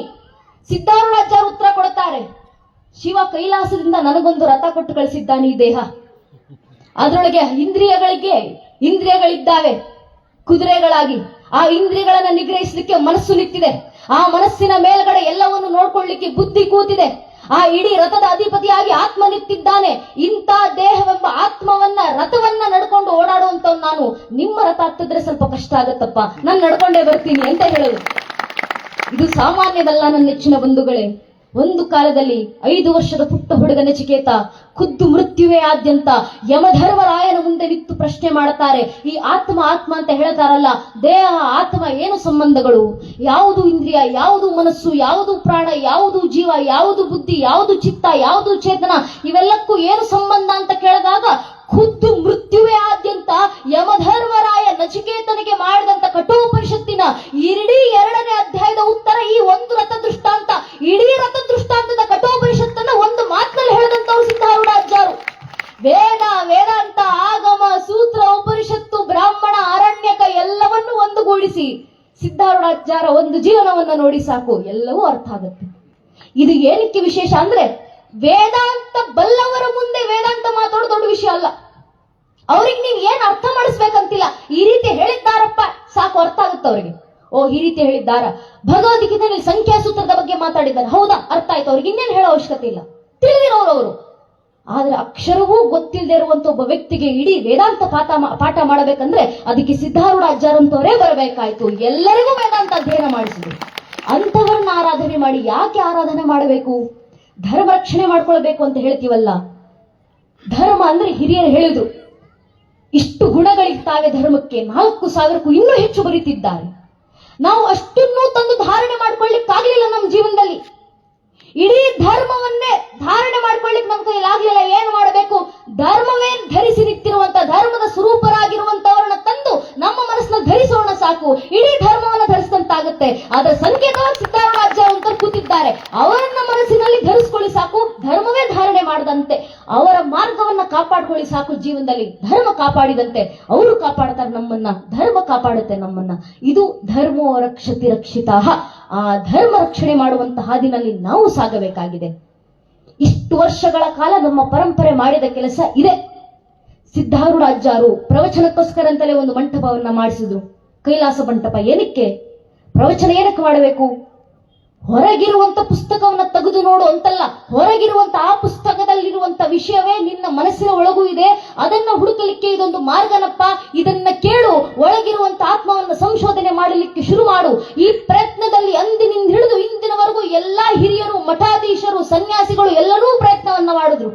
ಎಷ್ಟರ ಮಟ್ಟಕ್ಕೆ ನಮ್ಮ ವೇದಗಳು ಒಂದು ಮಾತನ್ನು ಹೇಳುತ್ತು, ಆ ತಾಯಿ ಶಾರದೆಯ ಪ್ರಥಮ ವೀಣ ಜಂಕಾರ ಓಂಕಾರವಾಗಿ ಹೊರಬಂದು ವೇದಗಳಾಗಿ ಮಾರುಗೊಂಡು ಸಂಸ್ಕಾರದ ಸಂಸ್ಕೃತಿಯ ರೂಪದಲ್ಲಿ ನಮ್ಮ ನರನಾಡಿಗಳಲ್ಲಿ ಬೆಸೆದು ಹೋಗಿ ನಮಗೆ ಗೊತ್ತೋ ಗೊತ್ತಿಲ್ಲದೆಯೋ ಒಂದು ತಲೆಮಾರಿಂದ ಇನ್ನೊಂದು ತಲೆಮಾರಿಗೆ, ಒಂದು ಪೀಳಿಗೆಯಿಂದ ಮತ್ತೊಂದು ಪೀಳಿಗೆಗೆ, ಒಂದು ಜನಾಂಗದಿಂದ ಮತ್ತೊಂದು ಜನಾಂಗಕ್ಕೆ ನಿರಂತರವಾಗಿ ಧರ್ಮ ಸ್ವರೂಪದಲ್ಲಿ ಹರಿದು ಬರುತ್ತಾ ಇರುವಂತ ಈ ಧರ್ಮವನ್ನು ಅರ್ಥ ಮಾಡ್ಕೊಳ್ಳಿ ಅಂತ ಹಿರಿಯರು ಹೇಳಿದ್ರು. ಅದರ ಪ್ರತೀಕವಾಗಿ ವೇದಗಳನ್ನು ಕೊಟ್ರು. ನಮಗೆ ವೇದಗಳ ಅಧ್ಯಯನ ಮಾಡ್ಲಿಕ್ಕಾಗಲಿಲ್ಲ. ಏನು ವೇದ? ವೇದಗಳ ಮೊಟ್ಟ ಮೊದಲನೇ ಮಂತ್ರ ಅಗ್ನಿಮೇಳೆ ಪುರೋಹಿತ ಮೆಗ್ನೆಸಿದೆ ಮೃತ್ಯುಜಂ ಹೋತಾಹಾರ ಮೃತದಾತ್ಮಂ. ಅಗ್ನಿಯನ್ನು ಆರಾಧಿಸುವಂತವನು ಅಥವಾ ಅಗ್ನಿಯಿಂದ ಆರಾಧಿಸಲ್ಪಡುವಂತವನು ಅಥವಾ ಅಗ್ನಿಯೇ ಆಗಿರುವವನು, ಅಂಥವನಿಗೆ ಶುಭವಾಗಲಿ. ಅವನು ಯಾರು? ಭಗವಂತ. ಭಗವಂತ ಎಲ್ಲಿದ್ದಾನೆ? ಎಲ್ಲದರ ಒಳಗೂ ಇದ್ದಾನೆ. ಆದ್ರಿಂದ ಯಾರನ್ನ ಆರಾಧಿಸ್ತಿದ್ಯಾ? ಎಲ್ಲರನ್ನೂ ಆರಾಧಿಸ್ತಿದ್ಯಾ. ಹಾಗಾದ್ರೆ ನಾನು ನೀನು ಅನ್ನೋರು ಯಾರು ಇಲ್ಲ, ಎಲ್ಲವೂ ಅವರೊಬ್ಬನೇ ಇರೋದು. ಇದು ವೇದದ ಮೊದಲನೇ ಮಂತ್ರದ ಸಾರ. ಸ್ಥೂಲವಾಗಿ ಇಟ್ಕೊಳ್ಳೋಣ. ನಮ್ಮ ದೌರ್ಭಾಗ್ಯ ನಮ್ಗೆ ಅರ್ಥ ಆಗ್ಲಿಲ್ಲ. ಇದು ವೇದಗಳು ಓದೋದು ಬಿಟ್ಬಿಟ್ವಿ. ಅಯ್ಯೋ ದೊಡ್ಡವ್ರ ಮಾತು ಸ್ವಾಮಿ, ನಮ್ ಕೈಲಾಗೋದಿಲ್ಲ. ವೇದ ಬಿಟ್ಬಿಟ್ವಿ. ಸರಿ ಅಂತ ಹಿರಿಯರು ಉಪನಿಷತ್ಗಳು ಬರೋದು, ವೇದಾಂತ ಬರೋದು. ವೇದ ಅರ್ಥ ಆಗಿಲ್ಲ, ಉಪನಿಷತ್ ಓದಿ. ಈಶಾವಾಸ್ಯ ಉಪನಿಷತ್ತಿನ ಮೊದಲನೇ ಮಂತ್ರ ಈಶಾವಾಸ್ಯ ಮಿದುಗಂ ಸರ್ವ ಮೆತ್ಕಿಂಚಿ ಜಗತ್ಯಾಂ ಜಗತ್ ಏನ ತೆಕ್ತೇನ ಭುಂಜಿತ ಮಾಘೃತ ಕಸ್ಯ ಸ್ವಿಧನಂ. ಎಲ್ಲವೂ ಈಶನದ್ದೇ, ಎಲ್ಲವೂ ಈಶ್ವರನದ್ದೇ. ನನ್ನದು ನಿನ್ನದು ಯಾವುದೂ ಇಲ್ಲ. ಆದ್ರಿಂದ ಇನ್ನೊಬ್ಬನ ಸಂಪತ್ತಿನ ಮೇಲೆ ಕಣ್ಣು ಮಾಡಬೇಡ, ಎಲ್ಲವೂ ಅವನೊಬ್ಬನದ್ದೇ. ಉಪನಿಷತ್ಗಳ ಸಾರ. ಕಳ್ಳತನ ಮಾಡಬೇಡ, ಇನ್ನೊಬ್ಬನ ಸಂಪತ್ತಿನ ಕಣ್ಣು ಮಾಡಲಿ. ನಮ್ಗೆ ಅದು ಅರ್ಥ ಆಗ್ಲಿಲ್ಲ. ಉಪನಿಷತ್ತು ದೊಡ್ಡವರು ಹೇಳುವಂತ ಮಾತು, ದೊಡ್ಡವರು ಓದೋದು ನಮ್ಗೆ ಅರ್ಥ ಆಗಲ್ಲ, ಬಿಟ್ಬಿಟ್ವಿ ಉಪನಿಷತ್ತು. ಸರಿ, ನಂತರ ವಚನಕಾರರು ಬಂದ್ರು. ಬಸವಣ್ಣನಂತವ್ರು ಹೇಳಿದ್ರು, ಹಿರಿಯರು ಜ್ಞಾನಿಗಳು, ಕಳಬೇಡ ಕೊಳಬೇಡ ಹುಸಿ ನುಡಿಯಲು ಬೇಡ, ತನ್ನ ಬಣ್ಣಿಸಬೇಡ ಅನ್ಯರಿಗೆ ಅಸಹ್ಯ ಪಡಬೇಡ, ಕಾಮ ಕ್ರೋಧ ಲೋಹ ಲೋಭ ಮದ ಮತ್ಸರಗಳೆಂಬ ಅರಿಷಡ್ ವೈರಿಗಳನ್ನ ದಾಟು, ಎಲ್ಲವೂ ಅವನದ್ದೇ ಅಂತ ಅರ್ಥ ಆಗುತ್ತೆ. ಆ ಅವನನ್ನು ಹುಡುಕಿಕೊಂಡು ಹೋಗು. ಇನ್ನೊಬ್ಬರ ಸಂಪತ್ತಿನ ಮೇಲೆ ಕಣ್ಣು ಮಾಡಬೇಡ, ಕಳ್ಳತನ ಮಾಡ್ಲಿಕ್ಕೆ ಹೋಗ್ಬೇಡ. ಸೂಕ್ಷ್ಮ ಸ್ಥೂಲವಾದಂತ ಒಂದು ಸಾರ ಅಂತ ಇಟ್ಕೊಳ್ಳೋಣ. ನಮ್ದವ್ರ ಬಗ್ಗೆ ನಮ್ಗೆ ಇದು ಅರ್ಥ ಆಗ್ಲಿಲ್ಲ. ಇದನ್ನು ಅಯ್ಯೋ ವಚನಗಳು ದೊಡ್ಡವ್ರು ಹೇಳುವಂತ ಮಾತು ನಮ್ಗೆಲ್ಲ ಅರ್ಥ ಆಗುತ್ತೆ. ವಚನ ಓದೋದನ್ನು ಬಿಟ್ಟು ಬಿಟ್ವಿ. ನಂತರ ಬಂದ್ರು ಪ್ರವಚನಾಕಾರರು. ಬಹಳ ಹಿಂದೆ ಬೇಡ, ಇತ್ತೀಚೆಗೆ ನೋಡೋಣ. ನಡೆದಾಡುವ ದೇವರು ಅಂತ ನಾವು ನೋಡಿದಂತ ಸಿದ್ದೇಶ್ವರಜ್ಜವರು ಅಂತ ಹಿರಿಯರು ಬಂದ್ರು. ಪ್ರವಚನಗಳನ್ನು ಮಾಡಿದ್ರು. ನಮ್ಮ ಗುರುಗಳಂತೆ, ಹಿರಿಯರಂತೆ, ಸನ್ಯಾಸಿಗಳಂತೆ ಪ್ರವಚನಗಳ ಮೂಲಕ ವೇದಗಳನ್ನು ಹೇಳ್ಕೊಟ್ರು, ವಚನಗಳನ್ನು ಹೇಳ್ಕೊಟ್ರು, ಉಪನಿಷತ್ಗಳನ್ನು ಹೇಳ್ಕೊಟ್ರು. ಈ ಉಪನಿಷತ್ತಿನ ಈ ಒಂದು ಸಾರ ಎಷ್ಟು ಸುಂದರವಾಗಿ ಸಿದ್ದೇಶ್ವರಜ್ಜ ಅವರು ಹೇಳ್ತಿದ್ರಂದ್ರೆ, ಅಪ್ಪ ಅವ್ರು ಹೇಳ್ತಿದ್ರು, ಕೈ ಸ್ವಚ್ಛ ಇರ್ಬೇಕು. ನಮ್ಮ ಕೈ ನಮ್ ಕಿಸೆದಾಗಿದ್ರೆ ಸ್ವಚ್ಛ ಇರ್ತದ, ಮತ್ತೊಬ್ರು ಕಿಸೆದಾಗೋದ್ರೆ ಹೊಲಸಾಗ್ತದ. ಕೈ ಸ್ವಚ್ಛ ಇರ್ಬೇಕು. ಏನು ಸುಲಭವಾಗಿ ಹೇಳ್ಕೊಟ್ರು ಸ್ವಾಮಿ ಉಪನಿಷತ್ಗಳ ಸಾರ ಅಂತ ಹಿರಿಯರು ಬಂದ್ರು. ಪ್ರವಚನಗಳನ್ನು ಮಾಡಿದ್ರು. ಈಗಲಾದ್ರೂ ಅರ್ಥ ಮಾಡ್ಕೊಳ್ಳಿ. ಅಂಥವ್ರು ಬಂದು ನಿರಂತರ ನಮ್ಮಲ್ಲಿರುವಂತಹ ಧರ್ಮವನ್ನು ರಕ್ಷಣೆ ಮಾಡ್ಕೊಳ್ಳಿಕ್ಕೆ ಏನೇನು ಬೇಕು ಎಲ್ಲ ಸಹಾಯವನ್ನು ಮಾಡಿಕೊಟ್ಟು ಹೋಗಿದ್ದಾರೆ. ಸಿದ್ಧಾರೂಢ ಆಚಾರ್ಯಂತವ್ರು ಏನು ಪವಾಡಗಳನ್ನು ಮಾಡಿದ್ರು ಅಂದ್ರೆ ಇನ್ನೊಬ್ಬರನ್ನ ಮೆಚ್ಚಿಸ್ಲಿಕ್ಕಲ್ಲ, ಇನ್ನೊಬ್ಬರಿಗೆ ನಾನು ಪವಾಡ ತೋರಿಸ್ಬೇಕು, ಆ ಪವಾಡಗಳನ್ನು ತೋರಿಸಿ ನಾನ್ ದೇವರಾಗಬೇಕು ಅಲ್ಲ. ನಿಮಗೆ ಮಾತಲ್ಲಿ ಹೇಳಿದ್ರೆ ಅರ್ಥ ಆಗ್ತಿಲ್ಲ, ಪ್ರವಚನ ಮಾಡಿದ್ರೆ ಅರ್ಥ ಆಗ್ತಿಲ್ಲ, ಪವಾಡ ನೋಡಿ ಆದ್ರೂ ಬನ್ನಿ ನನ್ನ ಹತ್ರ, ನನ್ನ ಜೀವನ ಅಧ್ಯಯನ ಮಾಡ್ರಪ್ಪ, ಧರ್ಮವನ್ನು ಅರ್ಥ ಮಾಡ್ಕೊಳ್ಳಿ ಅಂತ ಪವಾಡಗಳು ಮಾಡಿದ್ರು. ಯಾರಿಗೋಸ್ಕರ ಮಾಡಿದ್ದು? ನಮಗೋಸ್ಕರ. ಆದ್ರೆ ನಾವು ಎಂತವರು? ಯಾವ ವ್ಯಕ್ತಿ ಸರ್ವಸ್ವವನ್ನು ನಮಗೋಸ್ಕರ ಮುಡಿಪಾಗಿಟ್ರು ಆ ವ್ಯಕ್ತಿಯನ್ನ ಕೊನೆ ಕಾಲಘಟ್ಟದಲ್ಲಿ ಯಾವ ರೀತಿ ನೋಡ್ಕೊಂಡ್ರಿ ಸ್ವಾಮಿ ನಾವು? ಕೊನೆ ಕ್ಷಣದಲ್ಲಿ ಸಿದ್ಧಾರೂಢ ಅಜ್ಜ ಅವರಿಗೆ ವಿಷವನ್ನ ಉಣ್ಣಿಸುವಂತ ಜನರು ಬೆಳೆದು ನಿಂತರು. ಹೊರಗಡೆ ಅವರೆಲ್ಲ ತನ್ನ ಮಠದವರೇ. ಯಾವ ಕಾರಣಕ್ಕೋಸ್ಕರ? 2 ಕಾಸಿನ ಸಂಪತ್ತಿಗೋಸ್ಕರ. ಹಿರಿಯರು ಹೇಳಿದ್ರಲ್ಲ, ಸಂಪತ್ತು ಧರ್ಮವಲ್ಲ, ಸಂಪತ್ತಿನಿಂದ ಶಾಶ್ವತ ಸುಖ ಸಿಗೋದಿಲ್ಲ. ಇದು ಅರ್ಥ ಆಗ್ಲಿಲ್ಲ ಅಂದ್ರೆ ಯಾವತ್ತಾದ್ರೂ ಸಿದ್ಧಾರೂಢ ಅಜ್ಜರ ಚರಿತ್ರೆಯನ್ನು ಓದಿ ನೋಡಿ. 2 ಪಂಗಡಗಳಾದ್ರೂ ಜನರು, ನಮಗೆ ಸಂಪತ್ತು ಬೇಕು, ನಮಗೆ ಸಂಪತ್ತು ಬೇಕು. ಅಜ್ಜ ಅವರು ಬಾಯಿ ಬಿಟ್ಟು ಹೇಳಿದ್ರು, ಎಲ್ಲ ಸಂಪತ್ತನ್ನ ಬಿಟ್ರಪ್ಪ, ನನ್ನಿಂದೆ ಬನ್ನಿ ನೀವು, ಇನ್ನು 20 ವರ್ಷ ನಿಮ್ಮ ಜೊತೆಗೆ ಖುಷಿ ಖುಷಿಯಿಂದ ಬದುಕ್ತೀನಿ. ನಾನು ಕೇಳಲಿಲ್ಲ ಜನ. ಅಜ್ಜಾರ್ ಬೇಡ, ಅಜ್ಜಾರ ಕಾಲಡಿಯಲ್ಲಿರುವಂತ ಸಂಪತ್ತು ಬೇಕು. ಆ ಧೂಳನ್ನು ಹುಡುಕಿಕೊಂಡು ಹೋದ್ರು. ಏನಾದ್ರು ಧೂಳಿನಲ್ಲಿ ಧೂಳಾಗಿ ಹೋದ್ರು. ಅದಕ್ಕೆ ಇವತ್ತಿಗೂ ತಾಯಿ ಸ್ಥಾನದಲ್ಲಿದ್ರು ಕೂಡ ಲಕ್ಷ್ಮವ್ವ ನಮಗೆ ನೆನಪಾಗೋದಿಲ್ಲ, ಮಗನ ಸ್ಥಾನದಲ್ಲಿದ್ದವರು ನೆನಪಾಗೋದಿಲ್ಲ, ಅಣ್ಣ ತಮ್ಮಂದಿರ ಸ್ಥಾನದಲ್ಲಿದ್ದವರು ನೆನಪಾಗೋದಿಲ್ಲ. ಯಾಕೆ? ಇವರೆಲ್ಲ ಧೂಳನ್ನು ಹುಡುಕಿಕೊಂಡೋದವರು ಮಣ್ಣಲ್ಲಿ ಮಣ್ಣಾಗಿ ಹೋದ್ರು. ಆದ್ರೆ ಯಾವ ವ್ಯಕ್ತಿ ಇದೆಲ್ಲವನ್ನು ಮೀರಿ, ಇದೆಲ್ಲ ಧರ್ಮ, ಇದೆಲ್ಲ ಸಂಪತ್ತು, ಅವನೊಬ್ಬ ಸಿದ್ಧಾರೂಢ ಇದ್ದಾರಲ್ಲ, ಅವರು ನಿಜವಾದ ಸಂಪತ್ತು, ಅವರು ಧರ್ಮ ಅಂತ ಒಬ್ಬ ವ್ಯಕ್ತಿ ಹುಡುಕಿಕೊಂಡು ಬಂದ, ಜೊತೆಗೆ ಇದ್ದ. ಅವನನ್ನ ಪೀಠದ ಮೇಲೆ ಕೂರಿಸಿ ಗುರುಗಳು ಹೇಳಿದ್ರು, ನಿಮಗೆ ಮಾತ್ರ ಅಲ್ಲ ಈತ ನನಗೆ ಕೂಡ ಗುರು ಅಂತ ಗುರುನಾಥನನ್ನ ಕೂರಿಸಿದ್ರಲ್ಲ, ಆ ಗುರುನಾಥರು ಒಬ್ಬರು ಉಳ್ಕೊಂಡ್ರು ಇತಿಹಾಸದಲ್ಲಿ. ಯಾಕೆ? ಅವರು ಧರ್ಮ ಕಾಪಾಡಿದ್ರು. ತನ್ನ ಅಂತರಂಗದಲ್ಲಿರುವಂತ ಸಿದ್ಧಾರೂಢ ಅಜ್ಜಾರು ಎಂಬ ಧರ್ಮವನ್ನ ಗುರುನಾಥ ಕಾಪಾಡಿಕೊಂಡ್ರು. ಪರಿಣಾಮ ಧರ್ಮ ಅವರನ್ನ ಕಾಪಾಡಿತ್ತು. ಇನ್ನು ಮುಂದೆ ಬರುವಂತ ಶತಮಾನಗಳ ಕಾಲ ಗುರುನಾಥನ ಹೆಸರು ಜೀವಂತವಾಗಿರುತ್ತೆ, ಅವರ ಹೆಸರು ಇತಿಹಾಸದಲ್ಲಿ. ಧರ್ಮ ಕಾಪಾಡಿಕೊಂಡ್ರು ಅನ್ನೋ ಕಾರಣದಿಂದ. ಆ ಧರ್ಮ ಕಾಪಾಡಿದವರನ್ನ ಯಾವ ರೀತಿ ಧರ್ಮ ಕಾಪಾಡುದು ಅನ್ನೋದಕ್ಕೆ ಇವೆಲ್ಲ ಉದಾಹರಣೆ. ಈ ಉದಾಹರಣೆಯನ್ನ ಜೀವಂತ ಸಾಕ್ಷಿಯಾಗಿ ಅನುಭವಿಸಿ ನೋಡಿ. ಅದಕ್ಕೆ ಇವತ್ತಿಗೂ ನಮ್ಗೆ ಯಾರ ಹೆಸರು ನೆನಪಾಗುತ್ತೆ? ನಾನು ಈ ಕ್ಷಣ ಮುಂದೆ ಕೂತು ಒಂದು ಕಾಲಘಟ್ಟದಲ್ಲಿಂದ ಹಿಡಿದು ಇಲ್ಲಿನವರೆಗೂ ಯಾರ್ಯಾರೆಲ್ಲ ರಾಜರು ಭಾರತದಲ್ಲಿ ಬಂದೋಗಿದ್ದಾರೆ ಅಂತ ಕೇಳಿದ್ರೆ ಎಷ್ಟು ಹೆಸರು ಬರ್ಬೋದು? ಅಮ್ಮಮ್ಮ ಅಂದ್ರೆ ನಮ್ಮ ಬಾಯಿನಲ್ಲಿ 1-2 ಹೆಸರುಗಳು. ಅದು ಯಾರದು ಬರ್ಬಹುದು? ಧರ್ಮ ರಕ್ಷಣೆಗೆ ಅಂತ ಮುಂದೆ ಬಂದಂತ ಹಕ್ಕರಾಯ, ಬುಕ್ಕರಾಯ ಅಂತ ಹಿಂದೂರಾಯ ಸುರತ್ರಾಣರು, 3ನೇ ವೀರಬಳ್ಳಾಳ ದೇವರು, ಕುಮಾರ ಕಂಪಿಲ್ಲ ಅಂತ ರಾಜನ ಹೆಸರು ನೆನಪಾಗ್ಬೋದು. ಆದ್ರೆ ತಾನು ಸಂಪತ್ತು ಮಾಡಬೇಕು, ತಾನು ರಾಜನಾಗಿ ಮೆರಬೇಕು, ಯಾರ ಹೆಸರು ನಮಗೆ ನೆನಪಿಗೆ ಬರೋದಿಲ್ಲ. ನಮಗೆ ಮಹಾಭಾರತ ಅಂದ ಕೂಡಲೇ ದುರ್ಯೋಧನ ಹೆಸರು ನೆನಪಿಗೆ ಬರೋದಿಲ್ಲ, ಕೃಷ್ಣನ ಹೆಸರೇ ನೆನಪಿಗೆ ಬರೋದು. ಯಾವ ಕಾರಣಕ್ಕೆ? ನಾನು ಆಳ್ವಿಕೆ ಮಾಡ್ಲಿಕ್ಕೆ ಹೋಗ್ತೀನಿ ಅಂತ ಮಣ್ಣನ್ನ ಹುಡುಕಿಕೊಂಡು ಹೋದವರು ಮಣ್ಣಾಗಿ ಹೋದ್ರು. ಆದ್ರೆ ಕೌರವರು ಪಾಂಡವರು ಇಬ್ಬರು ಕೂತ ನಮ್ಗಿಬ್ಬರಿಗೂ ಸಾಮ್ರಾಜ್ಯ ಬೇಕಾಗಿಲ್ಲಪ್ಪ, ಬೇಕಾದ್ರೆ ನೀನೇ ಆಳ್ವಿಕೆ ಮಾಡ್ಕೊಂತ ಇಡೀ ಸಾಮ್ರಾಜ್ಯನ ತಂದು ಕೃಷ್ಣನ ಪದದಡಿಯಲ್ಲಿ ಇಟ್ಟರು ಕೂಡ ನಾನು ರಾಜನಾಗೋದಿಲ್ಲ.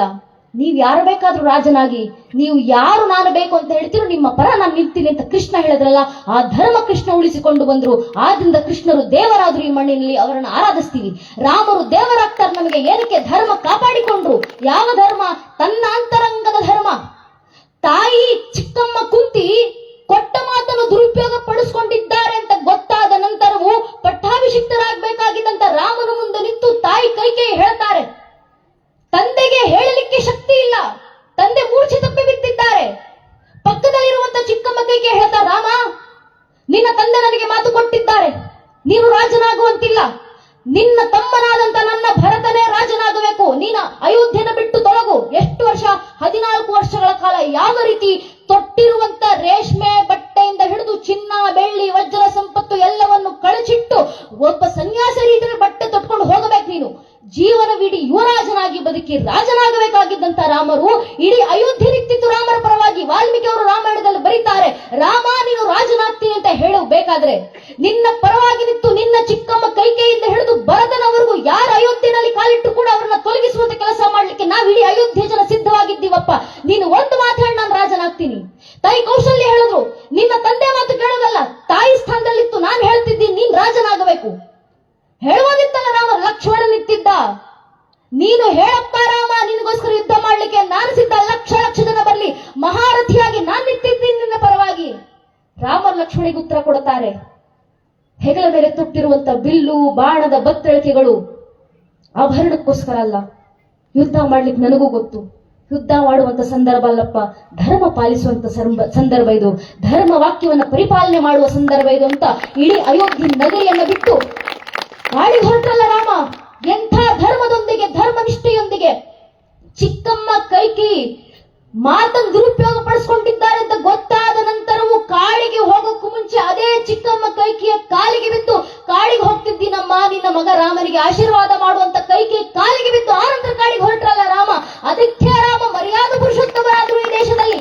ಜಾಬಾಲಿಯಿಂದ ಹಿಡಿದು ಕೈಕೇಯಿ, ಭರತ, ಕೌಶಲ್ಯ, ಸೌಮಿತ್ರ ಎಲ್ಲರೂ ಬಂದ್ರು ಕೊನೆಗೆ ರಾಮನನ್ನ ವಾಪಸ್ ಅಯೋಧ್ಯೆ ಕರ್ಕೊಂಡು ಹೋಗ್ಲಿಕ್ಕೆ. ರಾಮ ಬಾರಪ್ಪ ನೀನು ಅಯೋಧ್ಯೆ ಕರ್ಕೊಂಡು ಹೋಗ್ತೀನಿ. ರಾಮ ಹೇಳಿದ್ದೇನು? ಸತ್ಯಂ ಪರಂ ಧರ್ಮ, ಸತ್ಯವನ್ನ ಮೀರಿದಂತ ಧರ್ಮ ಜಗತ್ತಿನಲ್ಲೊಂದು ಇಲ್ಲ. ಆ ಧರ್ಮ ಸತ್ಯವಾಕ್ಯವನ್ನ ಪರಿಪಾಲಿಸಲಿಕ್ಕೆ ನಾನು ನಿಂತಿದ್ದೀನಿ. ನನ್ನ ತಂದೆ ನನ್ನನ್ನು ಬಿಟ್ಟು ಪರಲೋಕಕ್ಕೆ ಹೋದ್ರು. ಪರಲೋಕಕ್ಕೆ ಹೋದ ನಂತರವೂ ಕೂಡ ತಂದೆಯ ಮಾತನ್ನ ತಿರಸ್ಕರಿಸಿ ರಾಮ ವಾಪಸ್ ಅಯೋಧ್ಯೆಗೆ ಬಂದ ಅಂತ ದೇವಾರು ದೇವತೆಗಳು ಮಾತಾಡ್ಕೊಳ್ಬಾರ್ದಲ್ಲ. ನನ್ನ ತಂದೆ ಕೊಟ್ಟಂತ ಸತ್ಯವಾಕ್ಯವನ್ನು ನಾನು ಪರಿಪಾಲಿಸ್ತೀನಿ, ಧರ್ಮ ರಕ್ಷಣೆ ನಾನು ಮಾಡ್ತೀನಿ ಅಂತ ಕಾಡಿನಲ್ಲೇ ಉಳಿದು ತನ್ನ ಪಾದುಕೆಯನ್ನು ಕೊಟ್ಟು ಕಳಿಸಿದ್ರು ಭರತನ ಕೈಯಲ್ಲಿ ರಾಮ. ಆ ರಾಮ ಬೇರೆ ಅಲ್ಲ, ಇಲ್ಲಿ ಕೂತಿರುವಂತ ನಾವುಗಳು ಬೇರೆ ಅಲ್ಲವೇ ಅಲ್ಲ. ಯಾಕೆ ಗೊತ್ತೇ? ಇದು ಭಾರತ ಭೂಮಿ. ಚಂದನ್ನೇ से देश की मिट्टी नदी नदिया गंगा है, हर बाला देवी की प्रतिमा बच्चा बच्चा ರಾಮ ಅಂತ ಹೇಳಿದಂತ ಭಾರತ ದೇಶ. ಇಲ್ಲಿ ಹುಟ್ಟಿದಂತ ಒಂದೊಂದು ಮಗುವು ಕೂಡ ರಾಮರಾಗಬಲ್ಲದು, ಸೀತಾಮಾತೆ ಆದರ್ಶದಲ್ಲಿ ಬೆಳೆಯಬಲ್ಲದು. ಅದಕ್ಕೆ ಅದಕ್ಕೆ ಒಂದು ಕಾಲದಲ್ಲಿ ಅಡಿಗಾರ ಅವರು ಹೇಳಿದ್ರು, ಗೋಪಾಲಕೃಷ್ಣ ಅಡಿಗಾರ ಅವರು, ನಾನು ರಾಮ ಒಂದೇ, ಅವನು ಕೂಡ ನನ್ನ ಹಾಗೆ ಉಣ್ಣುತ್ತಿದ್ದ, ತಿನ್ನುತ್ತಿದ್ದ, ಚಂದ್ರನೆಂದು ತಾ ಎಂದು ತಾಮಾರು ತೊದಲುತ್ತಿದ್ದ. ನಾನು ಅವನು ಒಂದೇ ದೇಹ, ಕಬ್ಬಿಣ, ಕರಿ ಕಬ್ಬಿಣ. ಯಾವ ರಸವು ಸೋಕಿತವನ, ಯಾವ ಬೆಂಕಿ ತಾಕಿತವನ, ಸಾಯುವಾಗ ಎಷ್ಟು ಗಟ್ಟಿ ಚಿನ್ನವಾಗಿ ಸಾಗಿದ. ನಾನು ರಾಮ ಒಂದೇ, ಆದ್ರೆ ರಾಮ ದೇವರಾದ, ನಾನು ಮನುಷ್ಯನಾಗಿ ಉಳ್ಕೊಂಡೆ. ಏನಕ್ಕೆ? ರಾಮ ತನ್ನಲ್ಲಿದ್ದಂತ ಧರ್ಮವನ್ನ ರಕ್ಷಣೆ ಮಾಡಿಕೊಂಡ, ಅವನನ್ನ ಧರ್ಮ ರಕ್ಷಣೆ ಮಾಡಿತು. ಧರ್ಮ ಉಳಿಯುವವರೆಗೂ ಅವನನ್ನ ನೆನಪಿಸಿಕೊಳ್ಳಲಾಗುತ್ತೆ. ನಾನು ನನ್ನಲ್ಲಿರುವಂತ ಧರ್ಮವನ್ನ ಕೈ ಬಿಟ್ಟೆ, ನನ್ನನ್ನ ರಕ್ಷಣೆ ಮಾಡ್ಕೊಳ್ಳಿಕ್ಕೆ ಯಾರೂ ನಿಲ್ಲಿಲ್ಲ, ಆದ್ರಿಂದ ನಾನು ದಾರಿ ತಪ್ಪಿದೆ. ಎಷ್ಟು ಸೂಕ್ಷ್ಮವಾದಂತ ಮಾತು.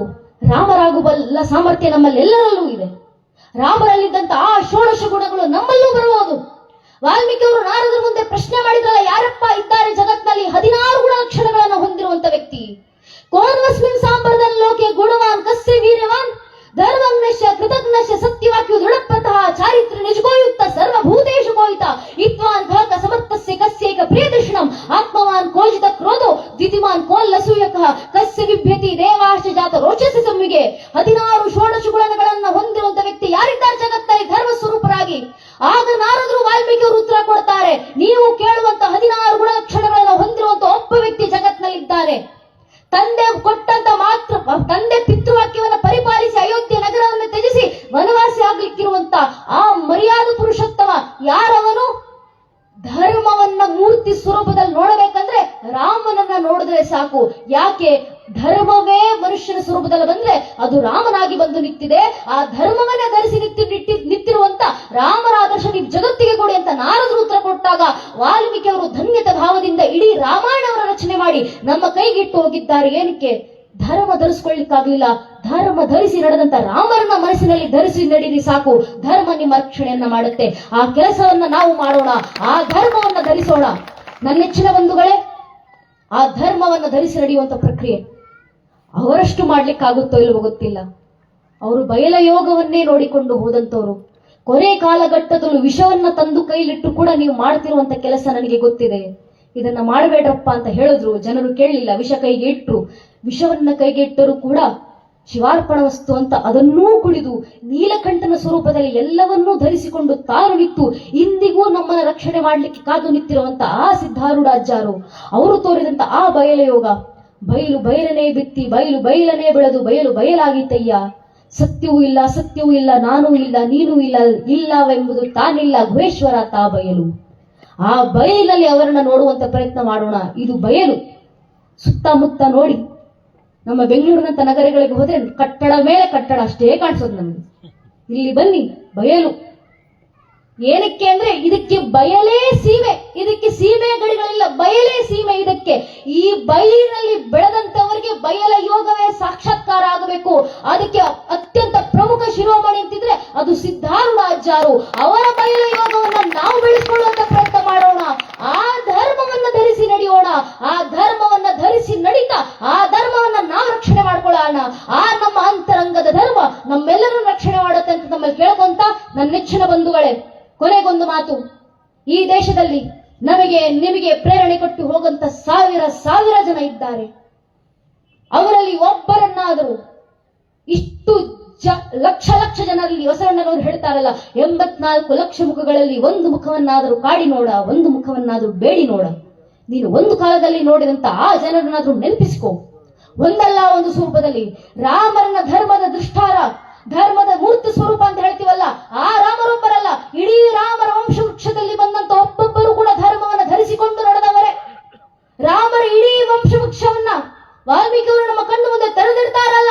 ಬಾಲಕಾಂಡದಲ್ಲಿ ಮೊದಲಿಗೆ ಬಂದದ್ದು ಶ್ರೀ ವಿಷ್ಣು, ಶ್ರೀ ವಿಷ್ಣುವಿನ ಮಗ ಬ್ರಹ್ಮ, ಬ್ರಹ್ಮನ ಮಗ ಮರೀಚಿ, ಮರೀಚಿ ಮಗ ಕಶ್ಯಪ, ಕಶ್ಯಪನ ಮಗ ಸೂರ್ಯ, ಸೂರ್ಯನ ಮಗ ಮನು, ಮನುವಿನ ಮಗ ಇಕ್ಷ್ವಾಕು, ಇಕ್ಷ್ವಾಕುವಿನ ಮಗ ಕುಕ್ಷಿ, ಕುಕ್ಷ ಮಗ ವಿಕುಕ್ಷಿ, ವಿಕುಕ್ಷ ಮಗ ಬಾಣ, ಬಾಣನ ಮಗ ಅನರಾರಣ್ಯ, ಅನರಾರಣ್ಯನ ಮಗ ಭೃದು, ಭೃದುವಿನ ಮಗ ತ್ರಿಶಂಕು, ತ್ರಿಶಂಕುವಿನ ಮಗ ದುಂಡುಮಾರ, ದುಂಡುಮಾರ ಕುಮಾರನ ಮಗ ಮಾಂಧಾತ, ಮಾಂಧಾತನ ಮಗ ಸುಸಂಧಿ, ಸುಸಂಧಿಯ ಮಗ ಧ್ರುವಸಂಧಿ, ಧ್ರುವಸಂಧಿಯ ಮಗ ಭರತ, ಭರತನ ಮಗ ಅಶೀತ, ಅಶೀತನ ಮಗ ಸಗರ, ಸಗರನ ಮಗ ಅಸಮಂಜಸ, ಅಸಮಂಜಸನ ಮಗ ಅಂಶುಮಂತ, ಅಂಶುಮಂತನ ಮಗ ದಿಲೀಪ, ದಿಲೀಪನ ಮಗ ಭಗೀರಥ, ಭಗೀರಥನ ಮಗ ಕುಕುತ್ಸು, ಕುಕುತ್ಸುವಿನ ಮಗ ರಘು, ರಘುವಿನ ಮಗ ಪ್ರವೃದ್ಧ, ಪ್ರವೃದ್ಧನ ಮಗ ಶಶಂಕು, ಶಶಂಕುವಿನ ಮಗ ಸುದರ್ಶನ, ಸುದರ್ಶನನ ಮಗ ಅಗ್ನಿವರ್ಣ, ಅಗ್ನಿವರ್ಣನ ಮಗ ಶೀಘ್ರವೇದ, ಶೀಘ್ರವೇದನ ಮಗ ಮರು, ಮರುವಿನ ಮಗ ಪ್ರಶೀಶಕ, ಪ್ರಶೀಶಕನ ಮಗ ಅಂಬರೀಷ, ಅಂಬರೀಷನ ಮಗ ನಘೂಷ, ನಘೂಷನ ಮಗ ಯಾತಿ, ಯಾತಿಯ ಮಗ ನಾಭಾಗ,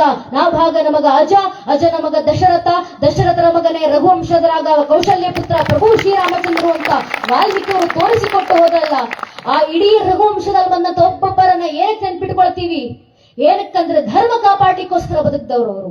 ತನ್ನ ಅಂತರಂಗದ ಧರ್ಮವನ್ನು ಪ್ರತಿಷ್ಠಾಪನೆ ಮಾಡಿ ನಡೆದಂತವ್ರು ಆದ್ರು. ಆದ್ರಿಂದ ಯುಗ ಯುಗಗಳ ನಂತರ ಇವತ್ತಿಗೂ ಅವರ ಹೆಸರುಗಳು ನಮ್ಗೆ ನೆನಪಿದ್ದಾವೆ. ಅಂತ ಹಾದಿನಲ್ಲಿ ನಾವು ಸಾಗೋಣ, ಆ ಹಾದಿನಲ್ಲಿ ಬೆಳೆಯೋಣ. ಈ ಹಾದಿನಲ್ಲಿ ಯಾರು ಬೆಳಿಲಿಕ್ಕಾಗುತ್ತೋ ಇಲ್ವೋ ಗೊತ್ತಿಲ್ಲ, ಆದ್ರೆ ಹೆಣ್ಣು ಮಕ್ಕಳು ಮಾತ್ರ ಖಂಡಿತವಾಗಲೂ ಆಧ್ಯಾತ್ಮ ಪದದಲ್ಲಿ ಸಾಗಬಲ್ಲರು. ಇದು ನಮ್ಮ ವೇದಗಳ ಸಾರ, ಇದು ಉಪನಿಷತ್ಗಳ ಸಾರ, ಇದು ಅಕ್ಕ ಮಹಾದೇವಿ ತೋರಿಸಿಕೊಟ್ಟಂತ ಸಾರ. ಆತ್ಮವನ್ನು ಒಬ್ಬ ಹೆಣ್ಣು ಮಗಳು ಧರಿಸಿ ನಿಂತ್ರೆ ಆ ಧರ್ಮ ಯಾವ ರೀತಿ ಆ ಹೆಣ್ಣು ಮಗಳನ್ನ ರಕ್ಷಣೆ ಮಾಡುತ್ತೆ. ತಾನು ಕಟ್ಟಿಕೊಂಡಂತ ಗಂಡ ಕೌಶಿಕನನ್ನ ಬಿಟ್ಟು ಉಟ್ಟ ಬಟ್ಟೆಯನ್ನು ಕಳಚಿಟ್ಟು ದಿಗಂಬರೆಯಾಗಿ ನೂರಾರು ಜನ ಶರಣರ ಮುಂದೆ ಬಂದು ನಿಂತಾಗ ಶೂನ್ಯ ಪೀಠದಲ್ಲಿ ಕೂತಿದ್ದಂತ ಅಲ್ಲಮ್ಮ ಪ್ರಭುಗಳು ಅಕ್ಕನಿಗೆ ಮಾಡಿದಂತ ಮೊಟ್ಟ ಮೊದಲ ಪ್ರಶ್ನೆ, ನಿನ್ನ ಗಂಡನ ಕುರು ಏನು ತಾಯಿ? ನಿನ್ನ ಗಂಡನ ಹೆಸರೇನಮ್ಮ? ಈಗ ತಾನೇ ತನ್ನ ಗಂಡನ ಬಿಟ್ಟು ದಿಗಂಬರೆಯಾಗಿ ಬಂದು ನಿಂತಿರುವಂತ ಹೆಣ್ಣು ಮಗಳು, 20 ವರ್ಷ ಅರಿಯದ ಹೆಣ್ಣು ಮಗಳು. ಏನುತ್ತರ ಕೊಡ್ಬೇಕಾ ಹೆಣ್ಣು ಮಗಳು? ಪ್ರಶ್ನೆ ಕೇಳಿದ ಕೂಡಲೇ ಅಕ್ಕ ಮಹಾದೇವಿ ನೂರಾರು ಜನ ಶರಣರ ಮಧ್ಯದಲ್ಲಿತ್ತು ಶೂನ್ಯ ಪೀಠದಲ್ಲಿ ಕೂತಿದಂತ ಅಲ್ಲಮ್ಮ ಪ್ರಭುಗಳ ಮುಂದೆ ಘಂಟಾಘೋಷವಾಗಿ ಉತ್ತರ ಕೊಡುತ್ತಾರೆ. ಇಹಕ್ಕೊಬ್ಬ ಗಂಡ ಪರಕ್ಕೊಬ್ಬ ಗಂಡನೇ, ಎನ್ಗೆ ಚನ್ನ ಮಲ್ಲಿಕಾರ್ಜುನ ಒಬ್ಬನೇ ಗಂಡನಯ್ಯ ಅಂತ. ಆ ಧರ್ಮದ ಪರಾಗ ಅಷ್ಟೇ. ಈ ಧರ್ಮ ನಮ್ಮಲ್ಲಿ ಇಷ್ಟರ ಮಟ್ಟಿಗೆ ಪ್ರತಿಷ್ಠಾಪನೆ ಆದ್ರೆ ಯಾವ ರೀತಿ ಬೆಳಿತೀವಿ? ಕಿನ್ನರ ಬೊಮ್ಮಯ್ಯನಂತವರು ಕೂಡ ಬಂದಾಗಲೂ ಕೂಡ ಕೊನೆಗೆ ಹೇಳಿದ್ದೇನು, ಆಕೆ ಹೆಣ್ಣಲ್ಲ, ಆಕೆ ಸಿಂಹ, ಆಕೆಯನ್ನ ಮುಟ್ಲಿಕ್ಕೆ ಹೋದ್ರೆ ಆಕೆಯಲ್ಲಿ ಭಸ್ಮವಾಗ್ತೀವಿ ನಾವು ಅಂತ ಓಡಿ ಬಂದ್ರಲ್ಲ ವಾಪಸ್ಸು. ಆ ರೀತಿ ಧರ್ಮ ಕಾಯುತ್ತೆ ನಮ್ಮನ್ನ. ಅಂತ ಮಟ್ಟಕ್ಕೆ ಧರ್ಮ ನಮ್ಮಲ್ಲಿ ಪ್ರತಿಷ್ಠಾಪನೆ ಆಗಬೇಕು. ಆಗುತ್ತೋ ಇಲ್ವೋ? ಆ ರೀತಿ ಧರ್ಮವನ್ನು ಪ್ರತಿಷ್ಠಾಪನೆ ಮಾಡಿಕೊಂಡವರನ್ನ ಮಾರ್ಗದರ್ಶನವಾಗಿ ಜೀವನದಲ್ಲಿ ಇಟ್ಕೊಂಡು ಅವರ ಹಾದಿನಲ್ಲಿ ನಡೆಯುವಂತ ಪ್ರಯತ್ನವನ್ನ ನಾವು ಮಾಡೋಣ ಅಂತ ಹೇಳ್ತಾ ಆ ಅಲ್ಲಮ್ಮ ಪ್ರಭುಗಳು ಹೇಳಿದಂತ ಮಾತು, ಇಡೀ ಭಾಷಣವಾದ ಇಡೀ ಪ್ರವಚನ ನಾನು ಹೇಳಿದ್ದಲ್ಲ, ಗುರುಗಳು ಹೇಳಿಸಿದ್ದು ಹಿಂದೆ ನಿಂತ್ಕೊಂಡು ಯಾವ ರೀತಿ ಹೇಳಿಸಿದ್ದಾರೆ ಅಂದ್ರೆ, ಒಂದು ಕಡೆ ಭಗವದ್ಗೀತೆ, ಉಪನಿಷತ್ತು, ವಚನ ಎಲ್ಲವೂ ಒಂದಾಡಿನಲ್ಲೇ ಬಂದು ನಿಂತಿದೆ. ಏನಕ್ಕೆ ಬಂದಿದೆ ಅಂದ್ರೆ, ನಾನು ಹೇಳ್ತಿರೋದಲ್ಲ, ಅಲ್ಲಮ್ಮ ಅಧ್ಯಯನ ಲೋಕ ಒಂದು ಪುಸ್ತಕ ಇದೆ. ಆ ಪುಸ್ತಕದಲ್ಲಿ ದತ್ತಾತ್ರೇಯ ರಾಮಚಂದ್ರ ಬೇಂದ್ರೆ ಆ ಹೆಸರು ಕೇಳಿದ್ರೆ ನಮಗೆ ಗೊತ್ತಾಗುತ್ತೋ ಇಲ್ವೋ? ಓದುಗರಿಗೆ ಅವರ ಇನ್ನೊಂದು ಹೆಸರಿದೆ, ಅಂಬಿಕಾತನಯ ದತ್ತ ಅಂತ ಕೇಳಿರ್ತೀರ. ಅಂಬಿಕಾತನಯ ದತ್ತರು ಅಲ್ಲಮ್ಮ ಅಧ್ಯಯನ ಲೋಕದಲ್ಲಿ ಒಂದು ಮಾತನ್ನು ಬರೆದಿದ್ದಾರೆ. ಅಲ್ಲಮ್ಮ ಬೇರೆ ಯಾರು ಅಲ್ಲ, ದ್ವಾಪರ ಯುಗದಲ್ಲಿ ಬಂದು ಇಡೀ ಜಗತ್ತನ್ನು ಉಳಿಸಿದಂತ ಜಗತ್ತಿಗೆ ವಿಶ್ವಗುರುವಾದಂತ ಶ್ರೀಕೃಷ್ಣ ಪರಮಾತ್ಮ, ಅಲ್ಲಮ್ಮ ಪ್ರಭು ಇಬ್ಬರೂ ಒಬ್ಬರೇ ಅಂತ ಅಂಬಿಕಾತನಯ ದತ್ತರು ಹೇಳಿದಂತ ಮಾತು ನನ್ನ ಇಡೀ ಅಧ್ಯಯನದಲ್ಲಿ ಅಲ್ಲಮ್ಮ ಸ್ವರೂಪರಾಗಿ ಇನ್ನೊಬ್ಬರನ್ನ ಕಂಡ್ರೆ ಅದು ಸಿದ್ಧಾರೂಢಾಚಾರ್ಯವನ್ನ. ಅವರು ಹೇಳಿದಂತ ಮಾತು ಇಡೀ ಭಗವದ್ಗೀತೆ ಸಾರ, ಅವರ ಜೀವನ ಚರಿತ್ರೆ, ಉಪನಿಷತ್ತು ಎಲ್ಲವೂ ಒಂದೇ. ಒಂದು ಕ್ಷಣ ಕೂತು ಅದನ್ನ ಅರ್ಥ ಮಾಡ್ಕೊಳ್ಳಿಕ್ಕೆ ಅನುಭಾವಿಗಳಾಗೋಣ, ಅದರ ದರ್ಶನವನ್ನು ಪಡೆಯೋಣ.